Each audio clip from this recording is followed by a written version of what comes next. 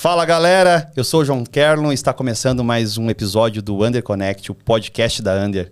Como o próprio nome diz, aqui é o espaço onde vamos conectar empresas, pessoas, ideias e trazer e debater os principais temas do universo de infraestrutura de TI, tecnologia e empreendedorismo.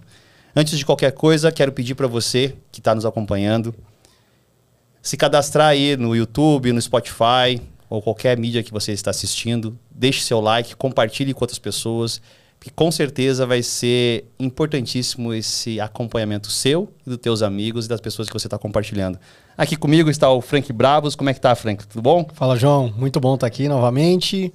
Vamos para mais um papo interessante. Hoje eu tô bem apreensivo aqui. Cara, hoje deu até um friozinho na barriga. Eu deveria ter colocado na gravata, porque a gente tá na presença de pessoas ilustres aqui. Verdade, né? O negócio é pesado. Pesado, né? É.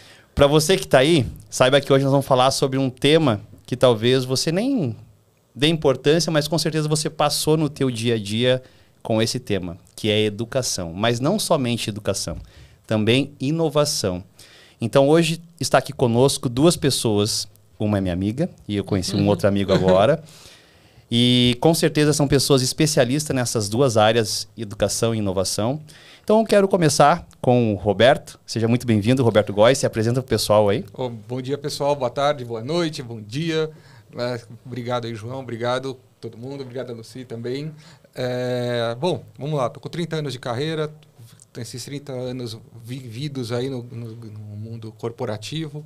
Também fiz um lado mais acadêmico, sou mestre em administração, doutor em gestão do conhecimento. Pesado, né? Pesado, já viu, né? É. Já viu o negócio.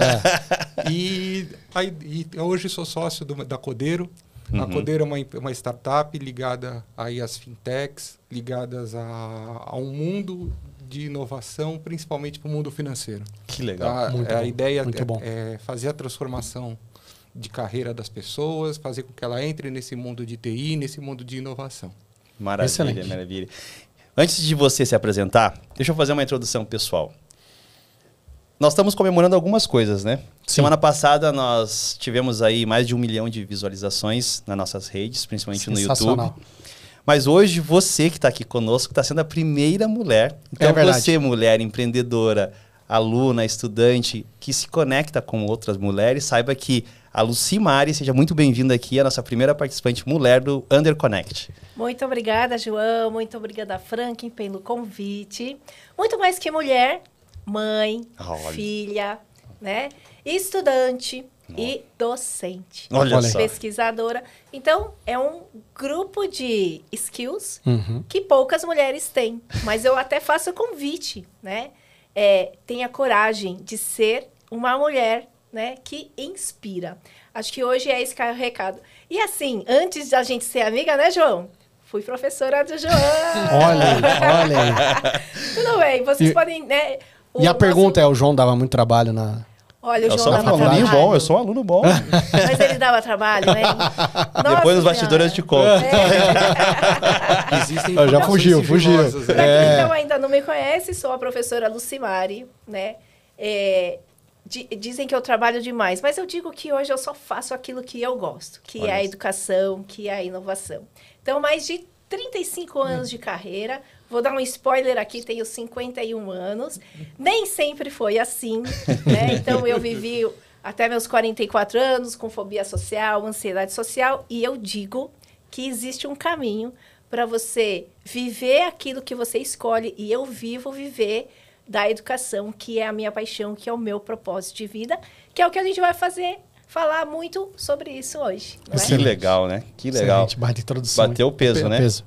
Pesado mesmo. Eu sou sempre um aprendiz aqui, né? Então, hoje eu vou aprender muito, porque são duas áreas que eu tenho muita reverência, gosto muito, porque eu acho que todos nós aqui temos que inovar e saber que para mudar uma sociedade, para mudar uma vida, precisa sim da educação. Então, acho que nós temos que explorar bastante isso, divulgar e falar bastante sobre esse tema, e deixando claro que muitas vezes quando nós falamos de tecnologia é muito abrangente. Nós aqui especificamente falamos sobre infraestrutura de TI. Dentro de infraestrutura de TI tem muita coisa de inovação. E com certeza vamos abordar muitas coisas ligadas à educação para isso. Então eu quero começar com uma pergunta. Aí vocês escolhem quem começar primeiro. É uma pergunta já daquele jeito. Capriciosa. Eu vejo, até eu falei com o Franklin esses dias, né? Poxa, às vezes o cara fala, não, eu vou ser médico. Não, mas é muito amplo. Tem que ser especialista. Eu vou ser advogado, a mesma coisa. Ou eu vou falar sobre música. Não, muito amplo. Agora, falando especificamente sobre inovação. É um tema muito amplo. O que é inovação na prática? Só para dar um contexto para o pessoal, para entender o que é inovação e aí depois eu deixar depois a gente aprofunda aí. Depois aprofunda. Bom, posso começar? Claro. Já que eu sou a primeira mulher aqui, tem que fazer às vezes. Condição. Ladies first. Inovação, criação é algo que a gente cria, não é? Que é algo novo. Eu digo que hoje em dia é muito difícil a gente criar de verdade alguma coisa, né? Então, por exemplo, quando a gente fala de comunicação, de tecnologia, o que a gente faz? Inova, né? A gente inova. Então, como que começou a comunicação? Talvez lá na época das cavernas, quando a gente, né, batia ali na pedra e deixava ali umas imagens, né? E essa forma de comunicação, ela foi evoluindo, ou seja, ela foi inovando. Então, eu vivi, acho que todas as eras da comunicação. Então, começou ali com um telégrafo, de repente, né? Sim. Com cartas escritas que eu mandava para as minhas tias do Japão. Demorava um mês para chegar e depois mais um mês para eu ter a resposta de volta, né? Aí vieram talvez os e-mails e depois rádio, TVs. A comunicação foi evoluindo até que chegou na comunicação instantânea, que é, por exemplo, o WhatsApp, Telegram, onde a gente manda uma mensagem instantaneamente, a pessoa já recebe essa comunicação, né?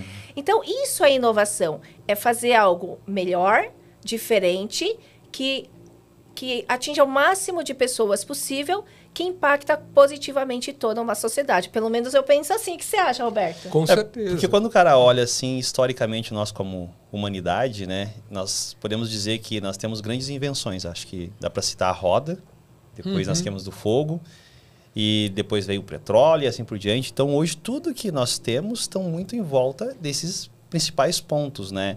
E nós estamos na área de tecnologia, então eu acho que tem muito ligado essa questão de não criar do zero, porque nós somos criatura, então nós não conseguimos criar nada, nós temos dependendo de um criador. Mas a partir do momento que nós entendemos que existe algo, nós descobrimos e aí reinventamos e inovamos, é o que vocês estão comentando agora, né? Sim, e complementando, né? Às vezes você está inovando e você não precisa não necessariamente criar alguma coisa nova. Você pode inovar fazendo melhor aquilo que já existe. Né? Como foi o caso do iPhone. O iPhone foi uma grande inovação, mas era um telefone. No fundo era um telefone. Era um telefone e já tinha os Palm Tops. Que tinham telas touch. Lembra do Trell? O Trell. Qual que foi o ponto do iPhone? Ele era muito mais baseado no touch com o dedo e não com uma canetinha. Exato. Mas os outros também funcionavam, mas é uma inovação. É o detalhe que fez a diferença na usabilidade. Sim. E era bem ruim o iPhone 1, né? Era bem... E se você pensar, não deixa de ser um telefone, mas ele acho que foi na terceira geração, ele incorporou a câmera. Cara, quem vai usar uma câmera num telefone? Se eu quero usar uma câmera, eu vou comprar as DSL, a Cybershot. Já tinha Cybershot. Pra que eu quero câmera no celular? Qualidade ruim. Até hoje, o pessoal de idade, mais meu pai... Não, o telefone foi feito para ligar. Hoje a gente não liga. Hoje a gente não liga ligação pelo celular. É bem menos, né? E acho que, trazendo essa linha que você comentou, Roberto, nós podemos até dizer o seguinte: a inovação, muitas vezes, as empresas que não estão adequadas para a inovação, elas deixam de existir. Com certeza. Então, se nós pensarmos na linha do telefone celular, quem fala hoje da Nokia? Da Ericsson? Exato. E sobre fotos, Kodak. Exatamente o que eu ia falar agora, né? Kodak.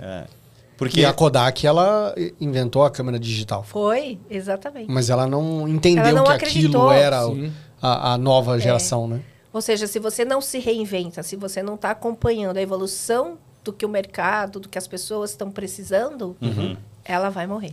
Legal.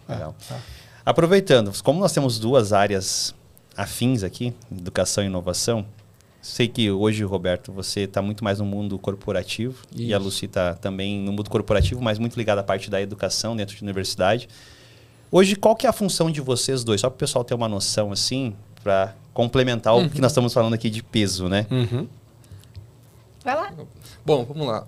Depois de muitos anos, né, muitos anos pesados e sofridos e que me trouxeram grandes satisfações, grandes conquistas, eu mudei do lado do balcão.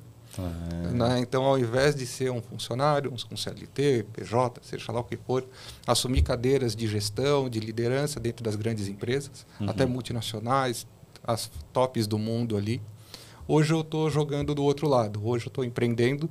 Que legal. Fui convidado por um amigo, me convenceu a falar assim, não, deixa esse mundo, vamos partir para uma coisa sua. Vem ser maluco aqui do lado do empreendedorismo. Né? Vem mastigar a cana e assobiar ao mesmo tempo. Né? No mundo corporativo você... eu preciso disso. Chama a área comercial que ela faz isso.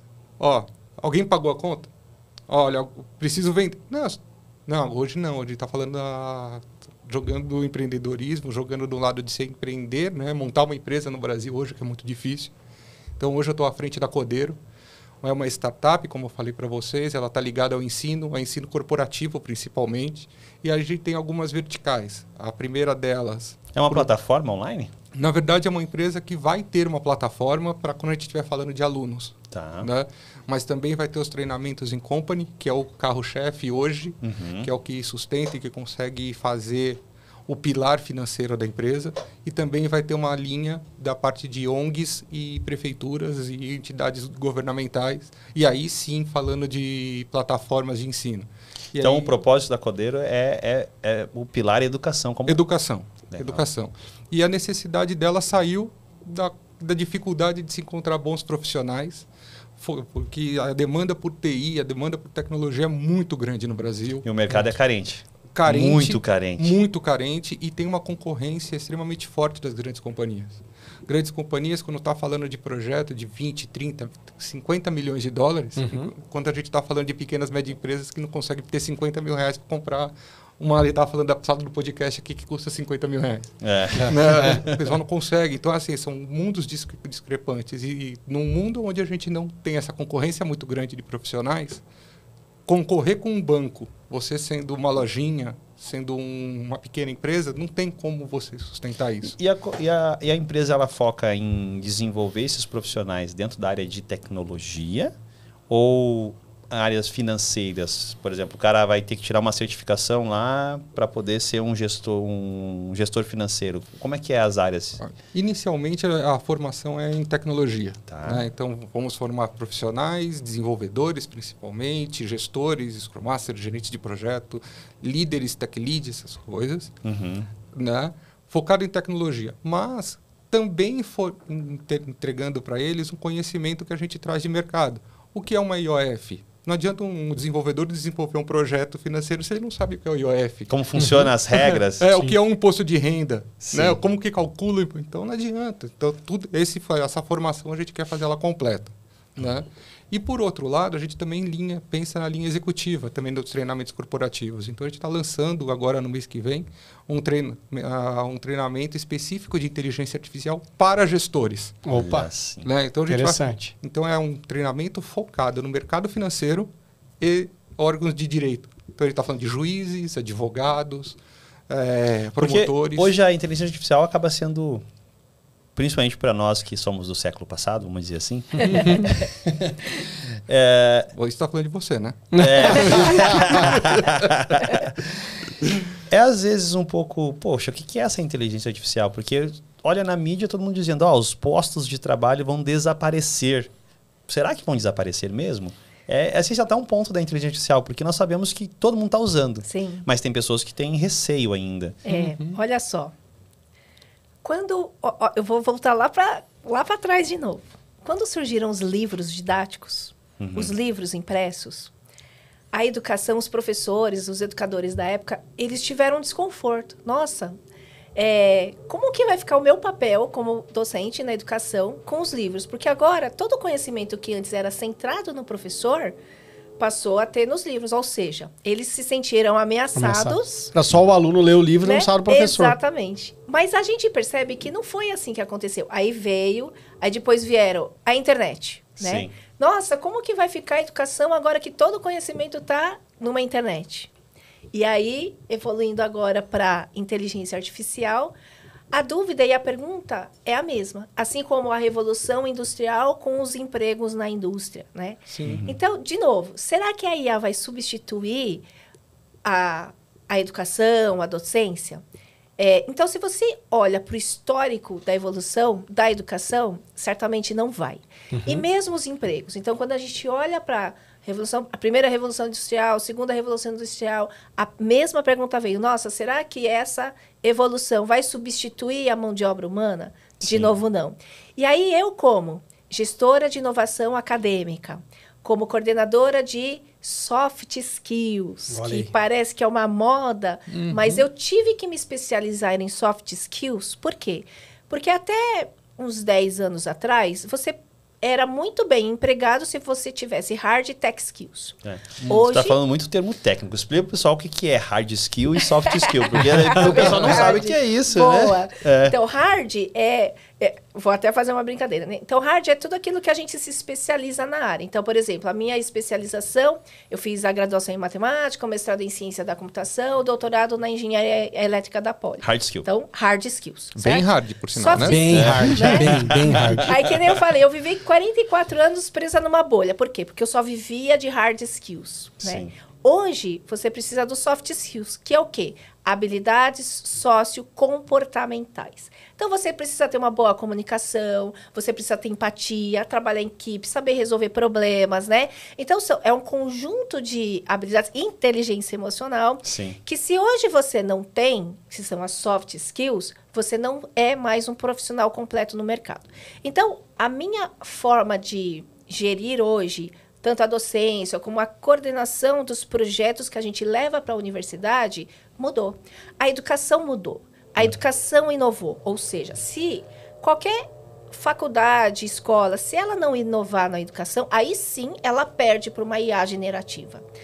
Né? Então, hoje, a gente tem trazido projetos com empresas, inclusive a Under vai ser uma das nossas parceiras na nossa universidade. Já está dando spoiler pro pessoal, Você já. vê, né? Mas é para trazer esse pessoal, seus ouvintes, a fazer educação que faz sentido para o estudante. Exato. Se a educação não faz sentido para o estudante, ele não aprende e ele não é absorvido pelo mercado de trabalho.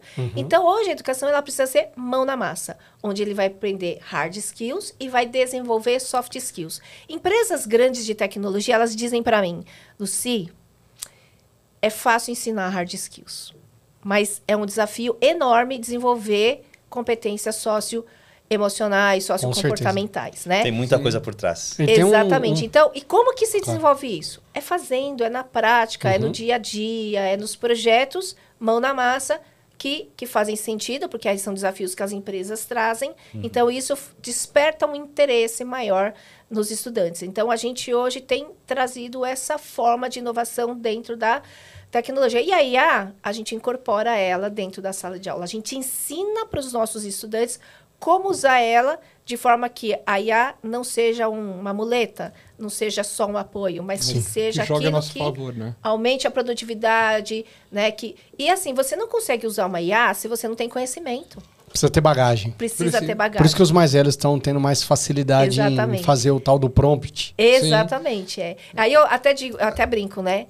A gente chama de soft skills, mas de soft não tem nada. Ela é muito mais hard de se desenvolver do que as próprias hard skills. Né? Tem um ponto que eu achei interessante a gente pensar.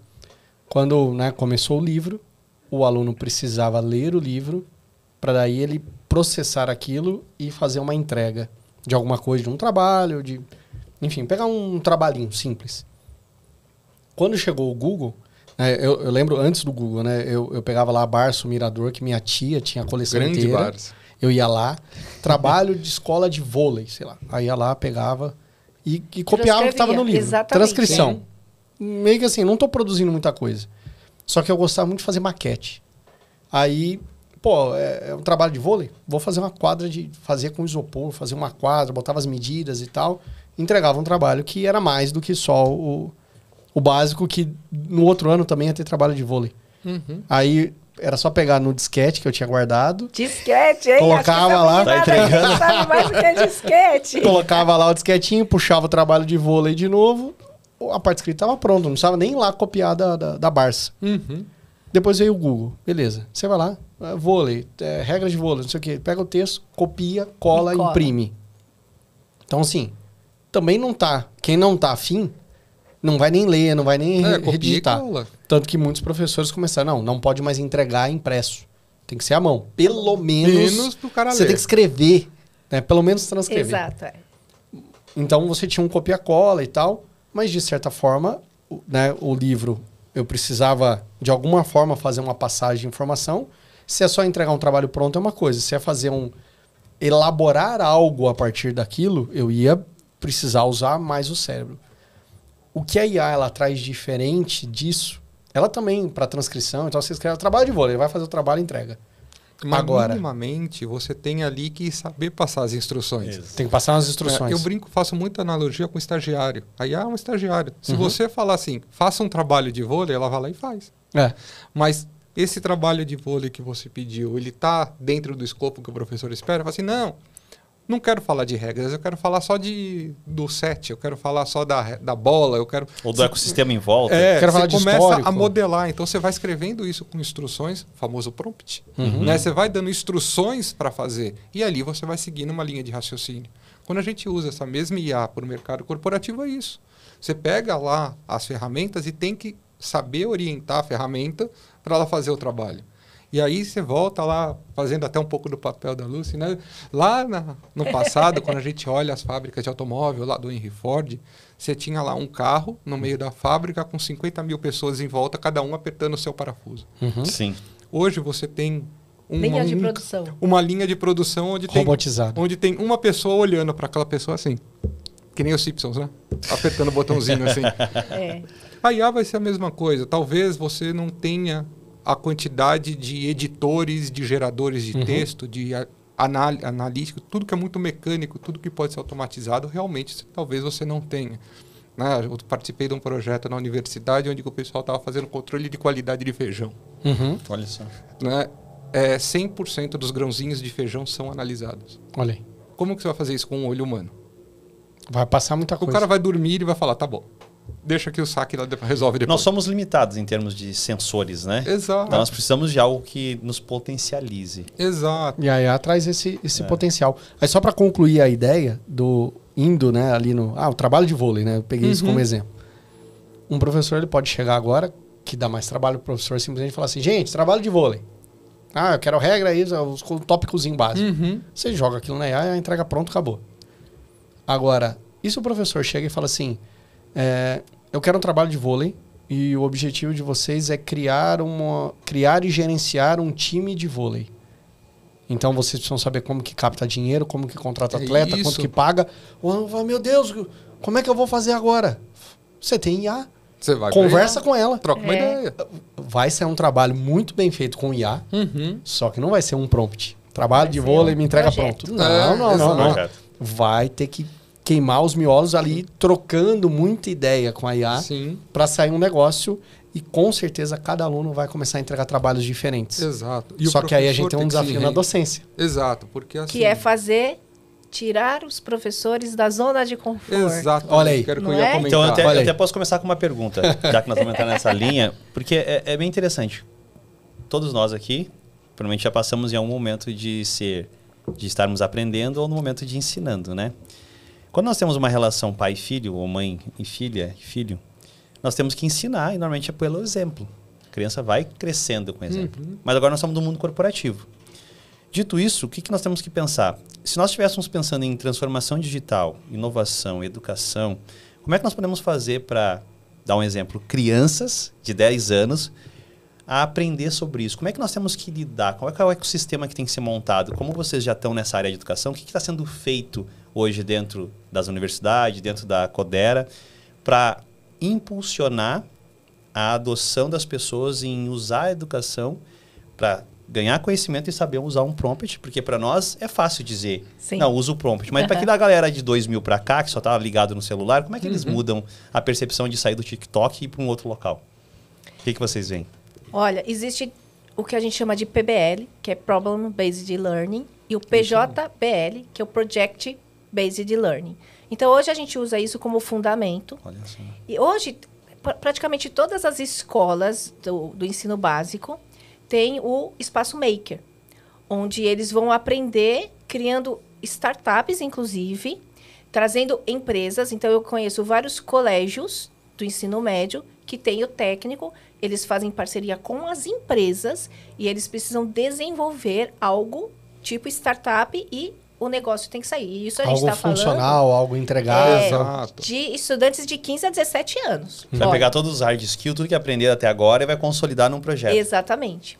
E aí, na faculdade, a gente tem seguido essa mesma linha, né? Então, trazido as empresas, e aí eles precisam desenvolver algo que, ao final do semestre, eles precisam fazer um pitch de venda do negócio para as empresas.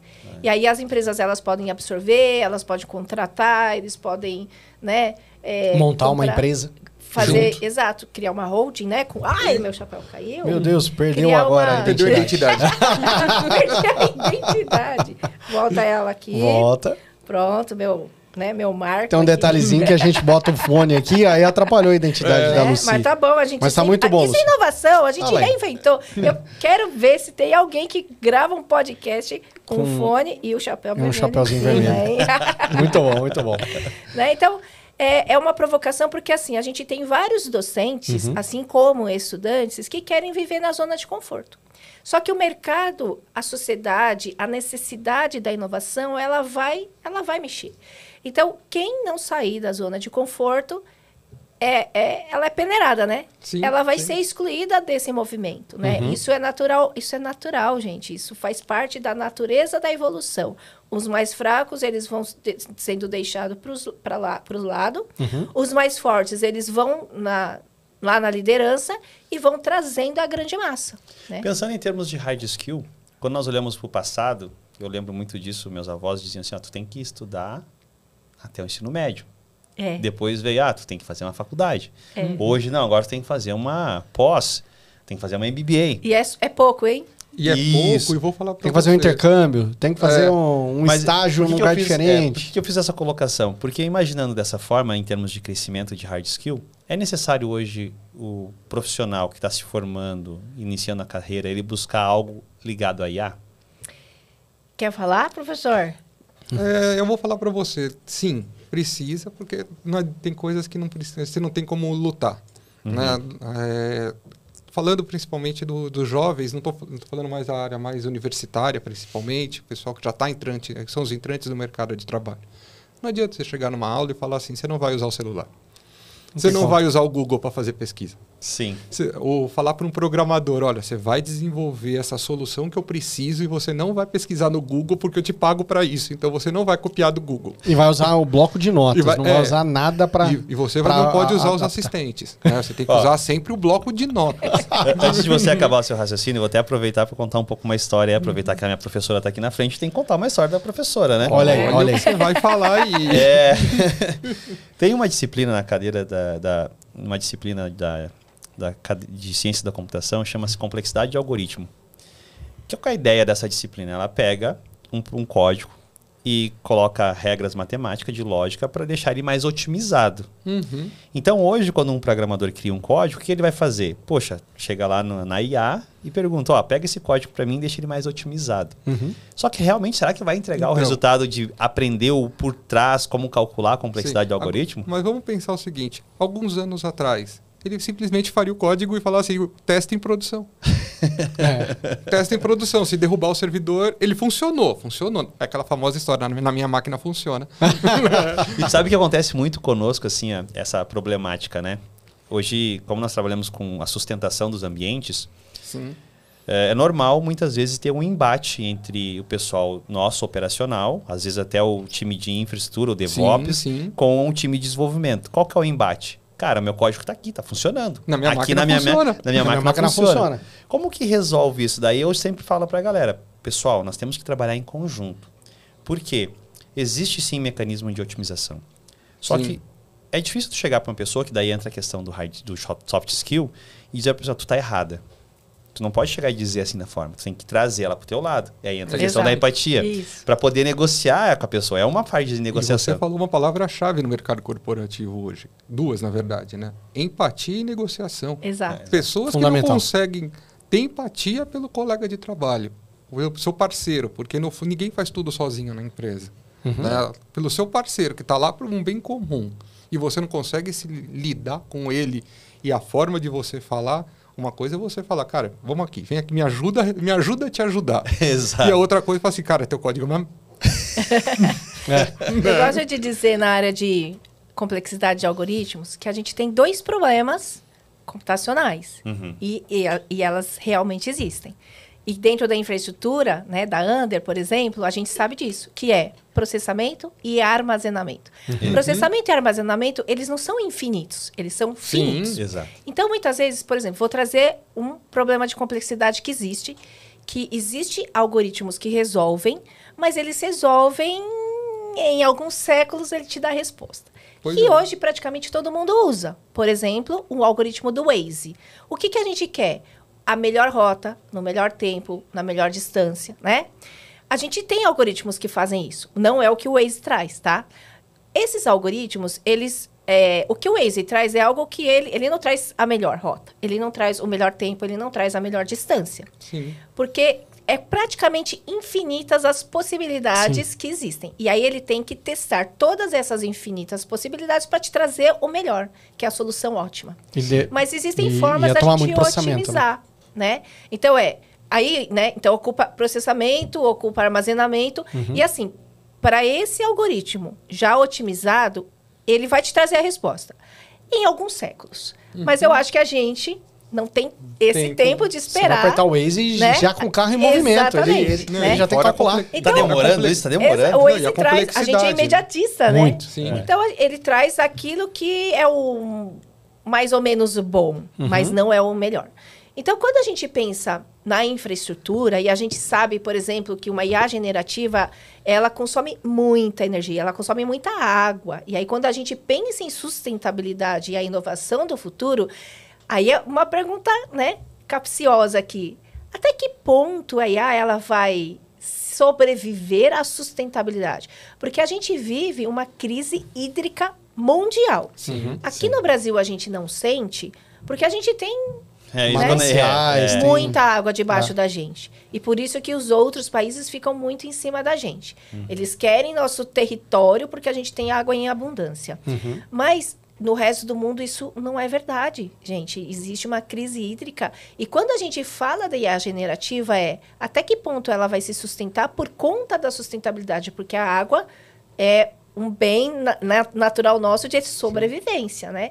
Então, quando a gente fala em inovação, quando a gente fala em otimização, é muito para isso. Como que a gente faz inovação, como que a gente faz tecnologia, como a gente faz educação, de forma a garantir a nossa sobrevivência, né? Então, é uma provocação aí. Sabe que isso que você falou agora é um problema que nós estamos debatendo bastante internamente. Porque a tendência, cada vez mais, dos códigos é utilizar muito processamento. Muito, é absurdo. E aí, para armazenar os dados, tu precisa de ter uma velocidade boa de leitura e gravação em disco. Dito isso, tu vai consumir mais recurso aonde? Lá no data center. Então, hoje, cada vez mais os servidores estão menores, mas com muito mais capacidade. Só que é finito, não é infinito. Só que o que corresponde lá no data center? O consumo energético. Hoje, no Brasil, nós temos aí inúmeras hidrelétricas que produzem energia. Só que quando nós olhamos para o mundo, não é assim. Então, antigamente, nós pensávamos pegar um rack, vou pegar um rack com 6 kVA, com 8 kVA, com 10, 12 kVA. É até viável fazer isso hoje. Mas agora falar um rack com 25 kVA, 30 kVA, por causa da IA, isso vai acontecer na prática. Não, você tem um consumo de energia num espaço físico menor. Exato. Então, no mesmo rack, você vai colocar muita GPU que vai exigir muita energia. Sim. E nem todo rack aguenta isso também. E aí tem dois conceitos que está se trabalhando dentro do data center, que provavelmente vocês vão escutar muito para frente. É um conceito chamado Air Cooling e Liquid Cooling. Sim, é o que eu ia comentar agora. O Air Cooling ele vai trabalhar em cima da parte de ar, da refrigeração por ar. Mas o Liquid Cooling é como se você colocasse uma placa-mãe dentro de um líquido que vai trazer mais refrigeração. Então, consegue fazer uma densidade maior. Tem um servidor da Microsoft que fica debaixo d'água e está aquecendo o oceano em volta. Tem essas coisas inovadoras aí, né? Mas é que nós estamos falando de inovação. É isso, então, dentro da infraestrutura também tem que ter inovação, porque o problema vai ser esse. Cada vez os algoritmos vão exigir mais, porque o consumo está sendo cada vez maior. Então, como você falou, não tem tempo, porque o usuário está aqui na ponta, mas o fato de pegar um vídeo, passar aqui, o que tem lá por trás? Qual que é o algoritmo que está rodando? Exato. Eu li uma matéria, na verdade foram duas, eu só não vou lembrar o nome dos países. A primeira que me chamou a atenção, quando você pega lá o famoso GPT e fala oi, bom dia, lá se foi uma garrafa de 500 ml de água. É isso, Mas Só bom dia, por favor. Só para ele responder essa pergunta, o cálculo é tão grande, o processamento é tão grande que ele já consumiu uma garrafa de água de 15 Só ml. que a percepção é que não... Nada. não tá gastando nada, já me respondeu aqui. Só que quando você coloca isso em escala, eu não lembro se foi no Japão, porque a matéria estava ligada a usina nuclear de Fukushima, mas se eu não me engano foi lá. Tem alguns países que já estavam desligando as usinas nucleares para um outro modelo, e eles já estão repensando nisso. Estão já reativando as usinas nucleares por causa da demanda de energia, por causa da inteligência artificial. Isso é um fato, tá? Porque assim, hoje nós temos o nosso parceiro de data center, e um dos sites que nós estamos tem 20 megawatts de capacidade. Então, consegue sustentar, por exemplo, a energia da cidade de Cotia. O data center consegue sustentar. Ele tem uma subestação de energia lá dentro. Ele recebe 2 entradas de energia, uma que vem de Itaipu e outra que vem de Barueri, por exemplo. E ele tem uma capacidade de 20 megawatts. Só que o outro data center que nós temos tem uma capacidade, vamos dizer assim, um condomínio todo do data center tem uma capacidade de 500 megawatts. Então, imagina o quanto que já é uma bastante. Cidade grandinha. É muito, Quanto né? não é? Só que esse mesmo parceiro nosso, ele está construindo um outro data center lá na cidade de Eldorado, no Rio Grande do Sul, que vai ter uma capacidade de 4,5 gigawatts. E outra coisa que está acontecendo no Rio Grande do Sul também é que agora vai ter uma nova conexão de fibra oceânica lá na região sul. Então, por que eles estão fazendo isso? Não, mas é futuro. Mas esse futuro é presente agora. Presente. Por quê? Consumo energético da IA. Hoje Só para ter uma noção de o que equivale a essa quantidade de gigawatts. Eu esqueço que eu tô... acho eu que tô isso com é 2 doutores aqui, né? E eu fico falando pessoal. A Itaipu, que é uma das maiores usinas hidrelétricas do mundo, tem uma na China passando, tem a de Belo Monte ali que não está na sua capacidade máxima ainda, mas Itaipu é referência mundial. Na média, ela tem capacidade mais alta, mas na média ela entrega 7,5 gigawatts. E ela abastece o Brasil e o Paraguai praticamente inteiro. Até pouco tempo atrás ela trabalhava sozinha, quase no país. Isso. E aí vem um parque de data center para consumir 4,5 giga. Sim. Ela vai tomar metade da Itaipu. Que alimentaria 2 países, basicamente. Que o Paraguai não consome isso. Lá em Itaipu tem 12 negocinhos lá que gera energia. As turbinas, né? As turbinas. Para o Paraguai, eles só usam uma. Então. E 11 vem para o Brasil. É isso. E isso porque a gente está falando de computação binária, né? O sim ou não. Sim. Quando entrar com computação quântica, quando a gente vai entrar com algumas outras variáveis, do talvez, pode ser, quem sabe, ok. Aí vai ter que ir para o Hélio 3, aí já o negócio ficou mais complexo. O processador tem que ficar a menos 300 graus, se eu não me engano. É quase 0 Kelvin, né? Para ele funcionar. Pensando nessa linha, eu sei que nós estamos, às vezes, explorando coisas muito amplas aqui, né? Mas pensando no dia a dia de vocês, eu vou perguntar porque faz parte do podcast, né? O que vocês já enfrentaram no dia a dia? Uma história com algum aluno, na área em algumas empresas que vocês poderiam contar para nós, não precisa contar o nome, de alguma coisa que seja realmente inovadora, transformadora, que está tendo um impacto na sociedade hoje? Na sociedade? Ou no ecossistema onde o usuário, o aluno está inserido, a empresa está inserida, né? Quando a gente traz esses projetos, tem muitos meninos que têm uma mente muito brilhante, Sim. né? A criatividade é muito forte, né? E o que eu mais fico feliz em perceber é o quanto eles querem ajudar na inovação da forma do ensino-aprendizagem, né? Ensino é o professor, né? É o como, a forma, as ferramentas que ele ensina. E o aprendizado vem do aluno. O como ele aprende, o que ele usa de ferramentas, como que ele trabalha o dia a dia do aprendizado dele, né? E hoje a gente percebe que a gente precisa usar a IA e a IA generativa como ferramenta ou meio para fazer essa conexão ensino-aprendizagem. Tanto para o docente, que precisa sair dessa zona de conforto, quanto para o estudante. Então, hoje a gente está desenvolvendo pesquisas nessa área, né, com ideias que vêm dos próprios estudantes, então de iniciação científica, de mestrado, doutorado, e criando projetos junto com as empresas de uma IA que vai ajudar nesse processo. tanto do ensino como do aprendizado. E isso não só na área de hard skills, né? Então, como eu venho trazendo aí esse equilíbrio de hard e soft skills, então, o que mais pega na área de hard skills? As exatas, né? Matemática, né? Se bem que, assim, eu sou formada em matemática, sou apaixonada pela matemática, porque, para mim, a matemática, ela é a perfeição da natureza, escrita em formas de fórmulas, números, que a gente replica para a gente ter algo mais... Isso aqui é matemática. Aqui tudo tem matemática. Gente, olha, vou dar um exemplo. Aqui, a sua garrafinha de água aqui, ela é reta embaixo.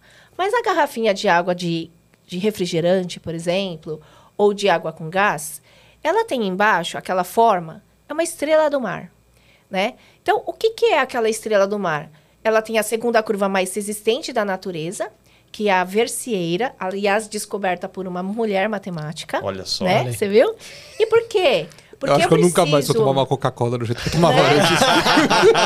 Aí, por que eu preciso de uma estrela do mar embaixo dessa garrafa? Porque se você sacode a água com gás, ela pode explodir. E aí, essa Versieira, ela segura toda essa potência, né? Essa pressão. Sabia disso, Frank? E eu acho que a garrafa... Só pra garrafa ficar em pé. Agora vamos falar da garrafa de vinho. A garrafa de vinho não tem uma Versieira, mas tem outra curva, que é a curva mais resistente da natureza, que veio do ovo. Então, o ovo tem a curva mais resistente da natureza. Não tem um ser humano que consegue quebrar o ovo, né? Apertando. E essa curva, ela tá debaixo da garrafa de vinho, porque um vinho é um vinho, né, gente? Não é uma água com gás, não é um refrigerante, né? Ninguém vai chacoalhar Se você soltar a garrafa, ela bate e não quebra, né? Isso é verdade. Então, porque você quer apresentar. Então, não é para segurar, para servir o vinho, não. Aquilo é uma catenária. Tem um porquê, né? E a catenária, ela tá na nossa... A catenária é tão poderosa que ela sobreviveu às bombas lá de Hiroshima e Nagasaki. Então, a única estrutura feita pelo homem que sobreviveu à bomba foi a cúpula de uma igreja. E essa cúpula da igreja é um ovo gigante. Então, a bomba veio e a curva, a catenária, segurou a força da bomba atômica. É a única estrutura que está em pé, que hoje é museu, enfim, lá. E aí você vai ver isso nos túneis, nas pontes suspensas, né? Quem segura é uma catenária, né? Então, isso é matemática. E se você ensina, né, isso para dentro da educação, como usar isso, né? Vocês viram que eu falo com paixão da matemática. Né? Sim. E aí eu trago, então a gente vai trazer todo esse conhecimento da matemática, né? Ensinar desse jeito, porque aí isso prende... Eu dou aula com bolhas de sabão, né? Projeto da ponte de macarrão você faz Projeto da ponte de macarrão. Eu sempre falo, gente, tem que ser uma catenária ali. Exato. Né? Sim. Então, bolhas de sabão. Aqui no Brasil a gente não tem, mas existem laboratórios no mundo com bolhas de sabão. Porque assim, vocês já fizeram uma esfera, né? Com massinha. Né? Então, não existem homem e nem máquina que consiga fazer uma esfera perfeita. Apesar de que eu tenho certeza que você e nossos ouvintes aqui já fizeram esferas perfeitas. Com a ajuda da natureza. Então, quando a gente faz bolinhas de sabão... É perfeito. É a natureza que forma, né? Ela é perfeita. Por que perfeita? Aí, voltando no tema de otimização. Ela tem a menor área superficial para armazenar gases que não... né? Que elas ficam ali, as moléculas, e ela não estoura, né? Então, você vai nos pátios da Petrobras, você vai ver esferas enormes que guardam gás liquefeito de petróleo. E aí, uma provocação aqui sobre ensino e inovação. Por que a gente aqui no Brasil tem dificuldades no aprendizado da matemática? Porque os professores não sabem ensinar assim. E ensinam... Fórmulas. Você tem que saber, então, o número é isso. Por exemplo, a gente chama de cilindro de gás veicular, né? Aquilo não é cilindro, gente. O cilindro, ele é achatado nas pontas, né? Aquilo é uma esfera esticada, né? Porque tem gás ali dentro. Mas não cabe uma esfera dentro de um carro. Então, eles pegaram a esfera esticada. Dá uma alongada, né? O botijão de gás é uma esfera esticada. Sim, né? uma base de apoio. Então, quando você ensina o porquê, a necessidade daquilo, aquilo se torna mais prazeroso, porque faz parte do nosso dia a dia. E então, a criança começa a prestar atenção, fala, nossa, isso é uma esfera, só que tá alongada, não é um cilindro. Entendeu? E por que tá ali, né? Para a solução de um problema. Olha, eu tive um problema e a matemática resolveu um problema, a física resolveu um problema. Exato. Eu tô lá, não simplesmente para decorar a fórmula e da hipotenusa, do QT. Não, eu tô lá para resolver um problema. E só um detalhe da garrafa que você iniciou, falando sobre a garrafa. Para quem é mais da antiga, né, do século passado, as primeiras garrafas PET que saíram, elas não tinham a estrela do mar embaixo. Exato. Elas eram uma esfera alongada e tinha uma base que encaixava. Eu não lembro, não soube disso. E eu lembro que a Tem primeira negócio de vez... gás. E era pretinho embaixo, né? Eu lembro uma das primeiras vezes a gente tomando uma garrafa lá de 1,5 litro ou 2, eu não lembro exatamente quanto era. E daí a gente olhava ali e achava que tinha refrigerante lá dentro. Porque a gente nunca tinha visto uma garrafa com uma base preta. Aí virou, na hora que virou... não, tem Coca-Cola. Porque você bate aquele... Na hora que vira, cadê a Coca? Aí que eu fui ver que era um fundo... Uma esfera. Que encaixava como se fosse o botijão de gás. Encaixava uma basezinha. Na hora que você tirava aquilo, a Coca não parava em pé. Aí tiveram que pensar numa forma, não dá pra botar a matemática. Com a matemática. E aí botaram a inovaram estrela. em cima É disso. isso mesmo. Aí colocou a estrela. Inovação. Inovação. Então, hoje a gente tem usado a IA para nos ajudar a criar projetos que ensinam matemática, que são hard skills, do pensar, e ensinar com aplicações, e soft skills junto. Então, é as duas coisas. A gente não ensina só o hard skills, mas a gente desenvolve as habilidades sociocomportamentais junto para levar isso para o mercado de trabalho. Então, Sensacional. a gente está fazendo isso. Eu lembro na faculdade, eu tinha uma matéria que não era lá no prédio da física, que era a psicologia da educação. Muito legal a matéria. Era diferente do que eu tinha no dia a dia, né? Ele Que era já só gostou, número, né? E era uma matéria interessante. E aí, na psicologia da educação, tinha todas as matérias lá dentro. Então, eu fazia física, tinha o pessoal da matemática, o pessoal de geografia, história, tudo misturado. E aí, a gente tinha que apresentar um projeto para ensinar o colega sobre algo do nosso meio. Então, a gente foi ensinar alguma coisa sobre trabalho, força, era alguma coisa básica ali da física de ensino médio. Como é que nós vamos ensinar isso pro pessoal da geografia, que não tá nem aí para as Eu contas? falava outro nome. O pessoal lá que gosta de outras coisas, que não os números. Coisas. E aí, o que a gente usam fez? a outro favor. Pegou um tijolo, uma tábua, foi lá e colocou e começou com coisa básica de balanço, de equilíbrio. Coloca uma pessoa de um lado, coloca duas do outro e vai fazendo a força vezes o deslocamento, né, para poder... Mas ele não sabia que estava fazendo isso. Ele não sabia. Tava só Ele tava colocando ali. uma tábua. Aí Mas era entendeu. divertido. Era Sim. divertido, porque o pessoal tinha que equilibrar, uns caíam, aquele negócio. Aí depois vem na lousa, escreve a fórmula, fala, ó, a distância é tanto, ó, tá aqui o número. Nossa, então tá, agora vamos colocar o número. Tá, então se eu tenho 3 pessoas aqui, qual que é a distância para colocar uma outra? Bota a fórmula, é tanto de distância. Bota a distância, coloca 3 de um lado, Mas do outro. perceba. Funcionou. Mas isso. perceba, você Muito legal, deu né? um desafio, a pessoa teve que raciocinar por conhecimento tácito, que é aquele que ela não sabe de onde tirou, mas ela foi usando. E aí ela chegou, então, sabe esse tempo todo que você perdeu? Tem uma fórmula aqui Tem que uma explica. forma que resolveria isso e isso te automatiza. Talvez a IA entre aí. Que legal. Eu É não isso vou mesmo. falar... Na empresa. Fala pra nós da empresa. Tô curioso. Na empresa eu não vou falar da Coca-Cola, não vou falar da garrafa de vinho, porque eu acho que aqui é outro patamar. Né?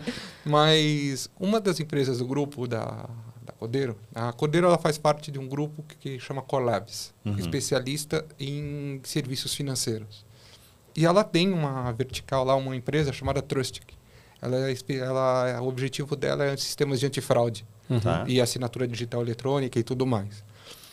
Pensa, uma empresa que foi criada para falar que você é você mesmo. Tá. Né? Ela esse é o O objetivo dela. cartório.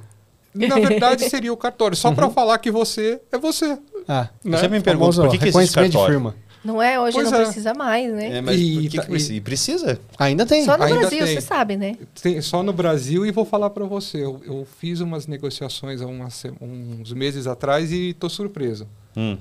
Ele vai acabar. Vai acabar? Hoje eu já vendo carro sem cartório. É mesmo? Hoje eu já compro um apartamento, um imóvel sem cartório. Caramba.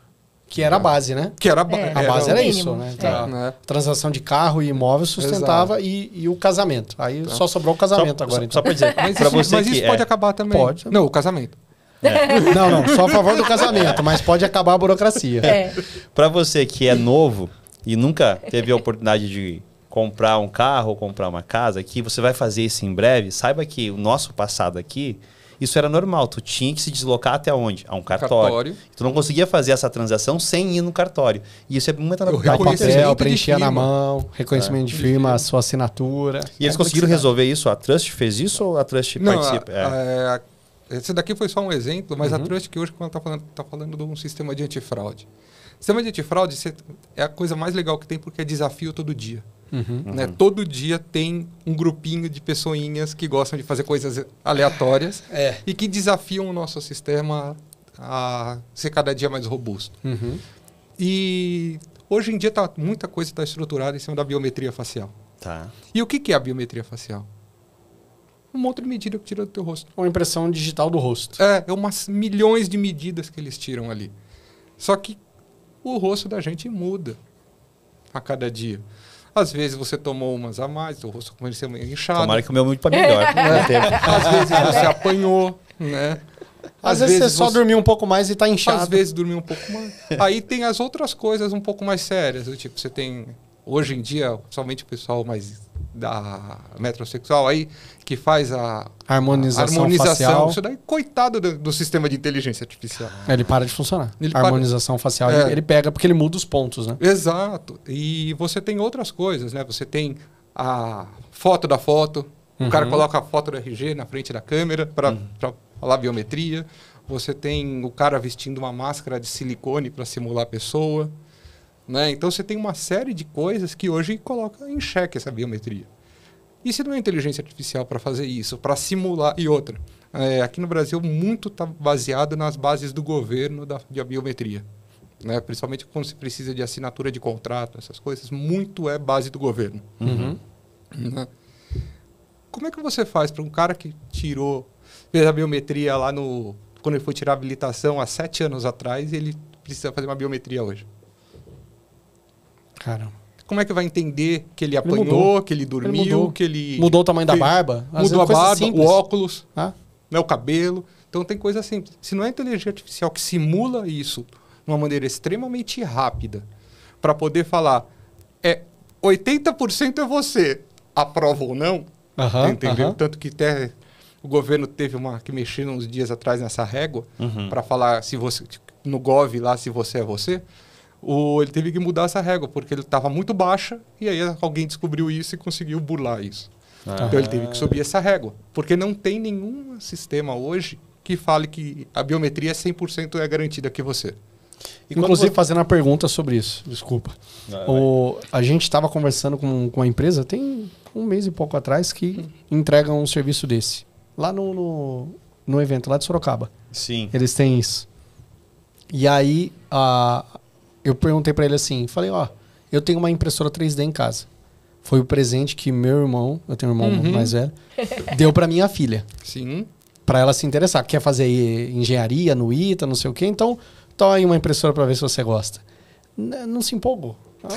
Aí logo depois ela falou, não quero fazer engenharia. Que demora para imprimir, né? Demora. Aí eu falei, eu pego lá minha impressora 3D, com um celular eu faço o facial 3D, que é super simples, todo celular consegue fazer. Sim. Gera ali o mapa do rosto, eu faço a impressão e eu tenho um rosto 3D. Um rosto 3D. Porque no caso deles, eles não olham a cor. Eles pegam os pontos, faz o traço. Falei, então, se eu pegar uma máscara feita de impressora 3D simples, branca, e coloco na frente ali, ele vai reconhecer ou não? Um olhou pro outro e falou assim, cara, não sei se o nosso sistema vai conseguir. Então, hoje em dia... E agora tu pode perguntar para o especialista. Então, e agora? Isso que eu ia falar. Hoje em dia, ele não vai reconhecer. Tá. Por quê? Porque não é só o formato. Só o formato. Tem o formato, tem cores, tem outras coisas. Então, o seu sistema é melhor do que o que eles estavam usando, que o deles era só o formato. Assim, vou falar para vocês, até os sistemas mais básicos hoje que existem várias coisas, soluções ali, ele mata isso. Que é o exemplo da foto. A coisa muito mais barata que uma impressora 3D. É você tirar foto do próprio RG e colocar na frente da câmera. Sim. Isso o Gov já passava até pouco tempo atrás.